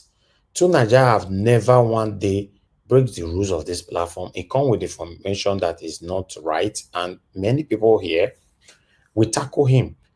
You know, as long as we get the information straight, you know, set it straight to our audience, that's fine. Now I make I block now, block him. Some of you say I should caution him. I can't caution him. It's the panelists that can caution him. It's not. No, it was mistake. I wanted to say backstage them. It was not you at all. Not even you. You know, you said I should put both of these people on the backstage. I heard that. Not even you. I saw people on the, you know, Mr. Pastor, you said I blocked you for 1 year. The same thing you were doing just now is what you were doing then. You know, it was even worse. That's why we blocked you, sir. You know, please, when you are tackling us, you know, you don't need to insult anybody. You know, we are not babies here. You know, please. I want you guys to understand that if these people break the rules of my platform, I'll throw you out. As long as they are giving information and what they are giving, there's fact to it, then tackle them. You know, one thing you must understand, okay, because Mr. Stephanie said just now that you cannot be rude to a lawyer, a judge. All of them don't hate him now. It's over. Because what you guys want, some of you want on this platform is that every submissions must go in one direction. As long as it's going in that direction, then everything will be fine. You have to drink your champagne, you know, they eat your Kanu, they press the lotion now. But when the submission is not going your way, it's not right. It's not right. If you know it's not going your way, this person is not lying. Everything Emeka have said here, some of you challenged him here that he should send evidence. He sent me all the evidence. Okay, you want me to bust your brain? I'm the one being reluctant to showcase that evidence here. I don't want to show it. Okay, it will contradict everything and cause more problem. He sent me a couple of videos. But it's not, I don't want to play here. Because now tell him, say, if you don't send that fire for fire. And he went to, look for it, do research on it, and they sent it to me. For the past couple of days now, they have been sending me different kind of things, but I did not play none. Tackle person, we talk. Don't put me, and leave me out of this, please. See now, I piece is satanic evidence. How good. At peace, go and sleep, my friend. It's late for where you did. Not be America, you did. I be. This is my people, eh? We'll have out for this platform. How good. Niger Watch, please, I will speak. Oh. You have only 1 minute, quick. And now my time be this. I don't want anybody to talk anymore. Yes, Niger Watch. I'm not animalistic, and I'm not biased in what I'm saying. You see, I didn't hear what you and what Pansa was saying. I step out. No, you know what I hate, eh? I dislike when someone say, "Do you know who I am?" I don't. Hey, I'm all right. So I don't like when people are saying that. It's not good. It's not a good. It's not a good thing. I don't like look down on somebody. That's why I say, "Who are you? Who are you?" So I did not say you are animalistic. I said you are behaving as one. Doesn't make you one because you just unmuted. You just start disrespecting somebody. That's not right. All right. I'm like you. I have a good heart, but when people look down on people or somebody. After you don't travel for 78, you can't come back now. Fire, come the year. I don't understand you. No, Niger Watch. Look, you see, one thing about me, I don't like, look down on people. No, I don't see a fellow man like me say who you do. Start making. Do you know who I am? Okay, let's run. Person I am, I will keep it in my pocket or keep it in my house. Thank you, Mr. Thank you. From there.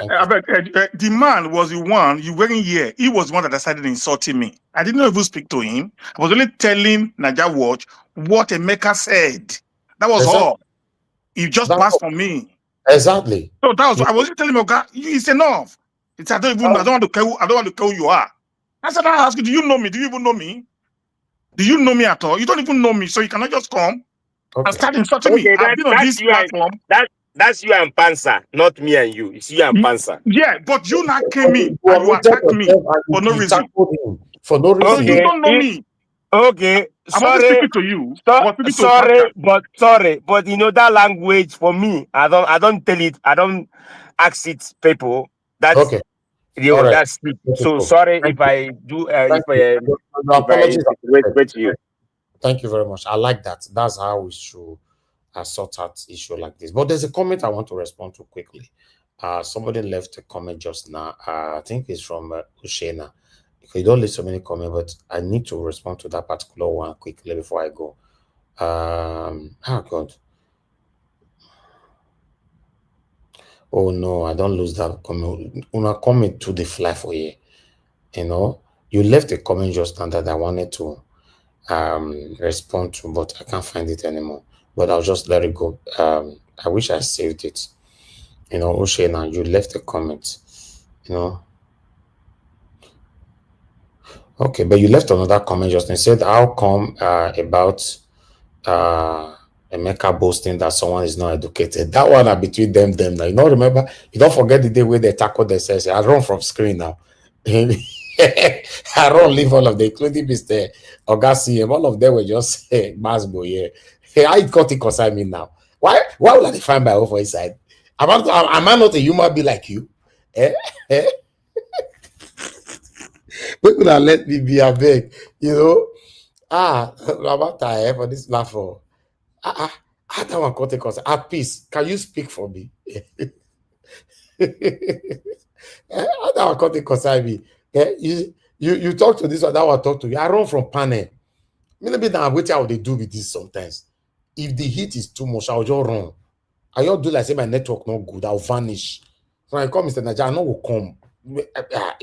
As long as you are not breaking the rules, I'll just let Bona do it when they do. Nothing, you know how many headache I carry for here every day. Every day. Headache. Everything Mr. Naja was, Mr. Naja was, Mr. Naja was, Mr. Naja was. That too much for you. Anyway, I appreciate you all. We've come to the end of this broadcast. It's Sunday, but tomorrow is another day. Basketballs continue all over again. I understand the heat is high because of the situation of the country. My stance remains. I stand for what is right. I don't care where you are from. It's not my business, and I'm not interested. As long as what you are doing is right, I'm with you. If what you are not doing, if what you are doing is not right, I'm not with you. I know some of you satanic Lord now will not say, "Oh, you are doing what you are doing is right." Did not the Kanu do something right? Yes, I understand that.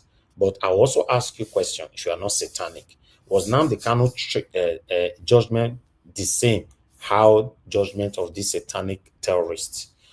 Is it equal? Is it the same thing? So for me, I just want you guys to understand that the reason why I'm advocating for Nnamdi Kanu, he was pushed to the wall, like many other Nigerians have been pushed to the wall. Just imagine we are here every day telling our government to do the right thing. They will still not do the right thing. Now, if you talk tomorrow, now they'll say that they find you, they go. Is that right? Is that right? Be like say you know, they tell your papa, tell your mama for house, this is what you don't like, they are not listening to you. The day we go remove the roof for your papa house, and they'll say you disrespected the father. This one, a papa we don't tell for the past 2 years, say, Daddy, look, he's not listening. So for me, the whole thing, man, is stressful. At peace, thank you very much. The only super chat I got today. God bless you. I'm very, very grateful. Thank you. He said, nobody super chat you today. Nobody, thank you. Say if you put on there. Say nobody super chat you today. That's a guy is for you. Now God will bless you, my brother. Nobody super chat me today. I don't know whether my brother or sister did that though, but still, thank you very much. I'm very, very grateful. He's a very consistent supporter here on this platform. They tackle me as well, and you know, say me they like people when they tackle me. I don't want you to praise me all the time. If I'm doing something wrong, tackle me. There's nothing wrong with that. As long as you don't apply hatred to your tackling or your submission to me, I don't have an issue with that. Give me feedback. Tell me what I'm doing is not right. I don't mind. I'll learn. Now maybe one day I need to sit here to just come here, not sending out a link. I'll talk about myself to know how I get to where I am, how I got to where I am today. Then you will understand that now feedback now carry me this year. Even criticism, yeah.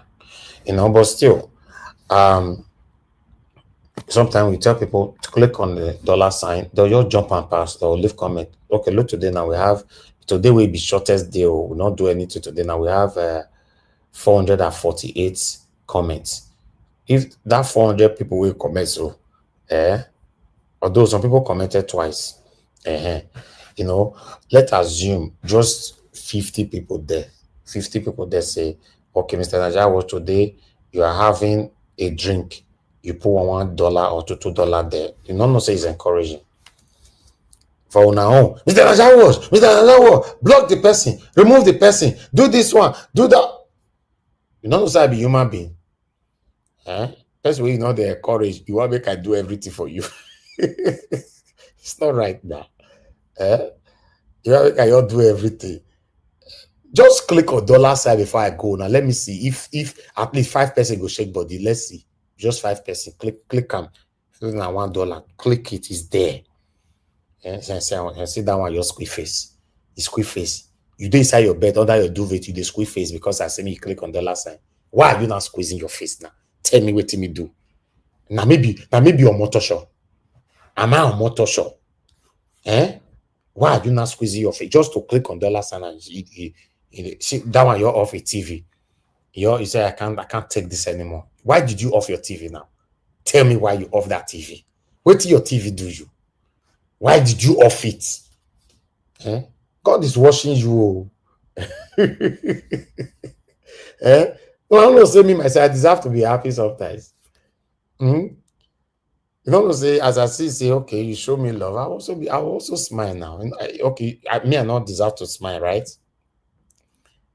As at peace do and so you know like him. Mr. Najawash, caution Emeka, caution Mr. Passat, caution this one, caution this that. We all are here to manage ourselves. Even the Mr. Passat will talk says. For me, 1 year will take block and I miss him for this platform. Mr. Passat don't super chat me. You see now, what they talk is now the same Mr. Passat will talk.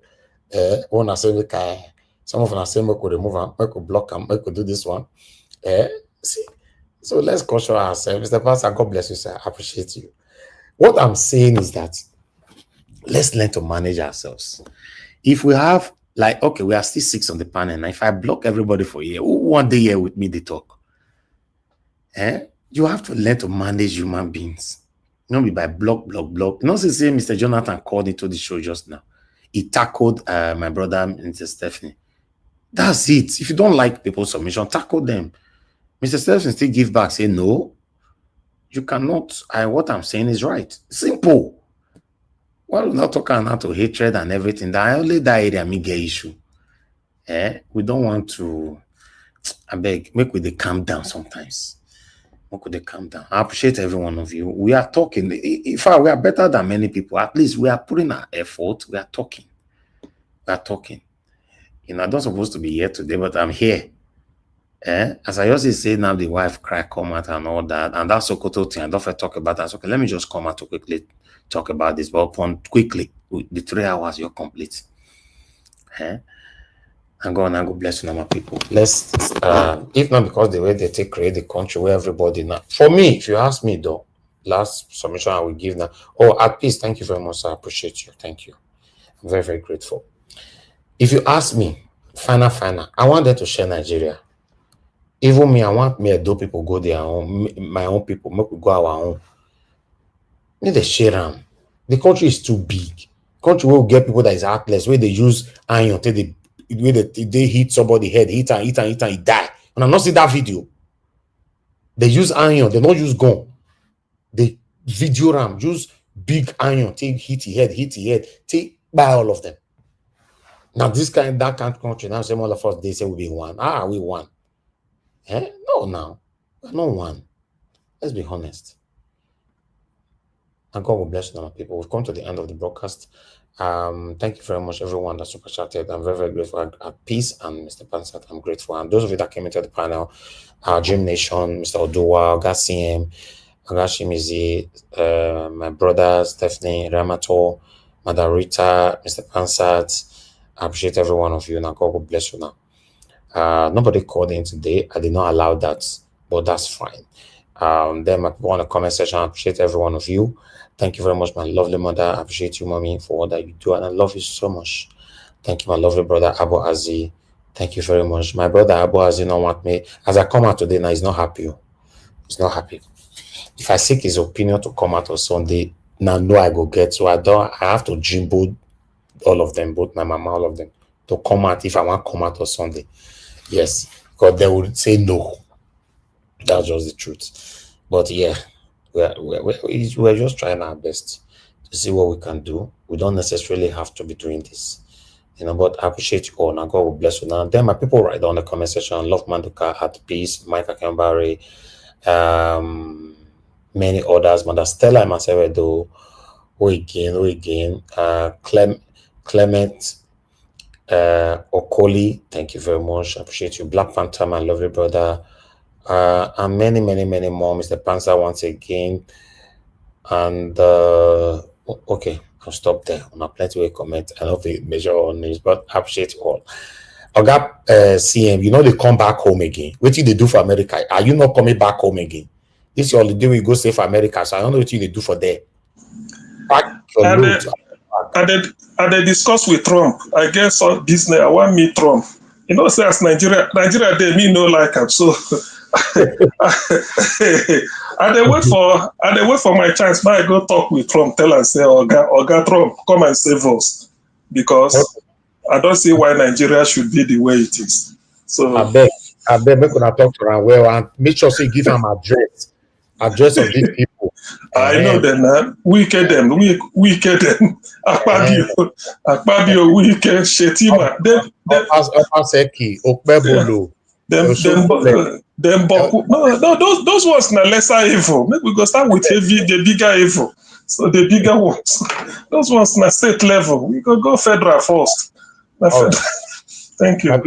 Now God, I will bless. I'll see you guys tomorrow. Fingers crossed, 7 p.m. Nigeria time. If I have the time, I will pass a pre-recorded video for you guys during the day.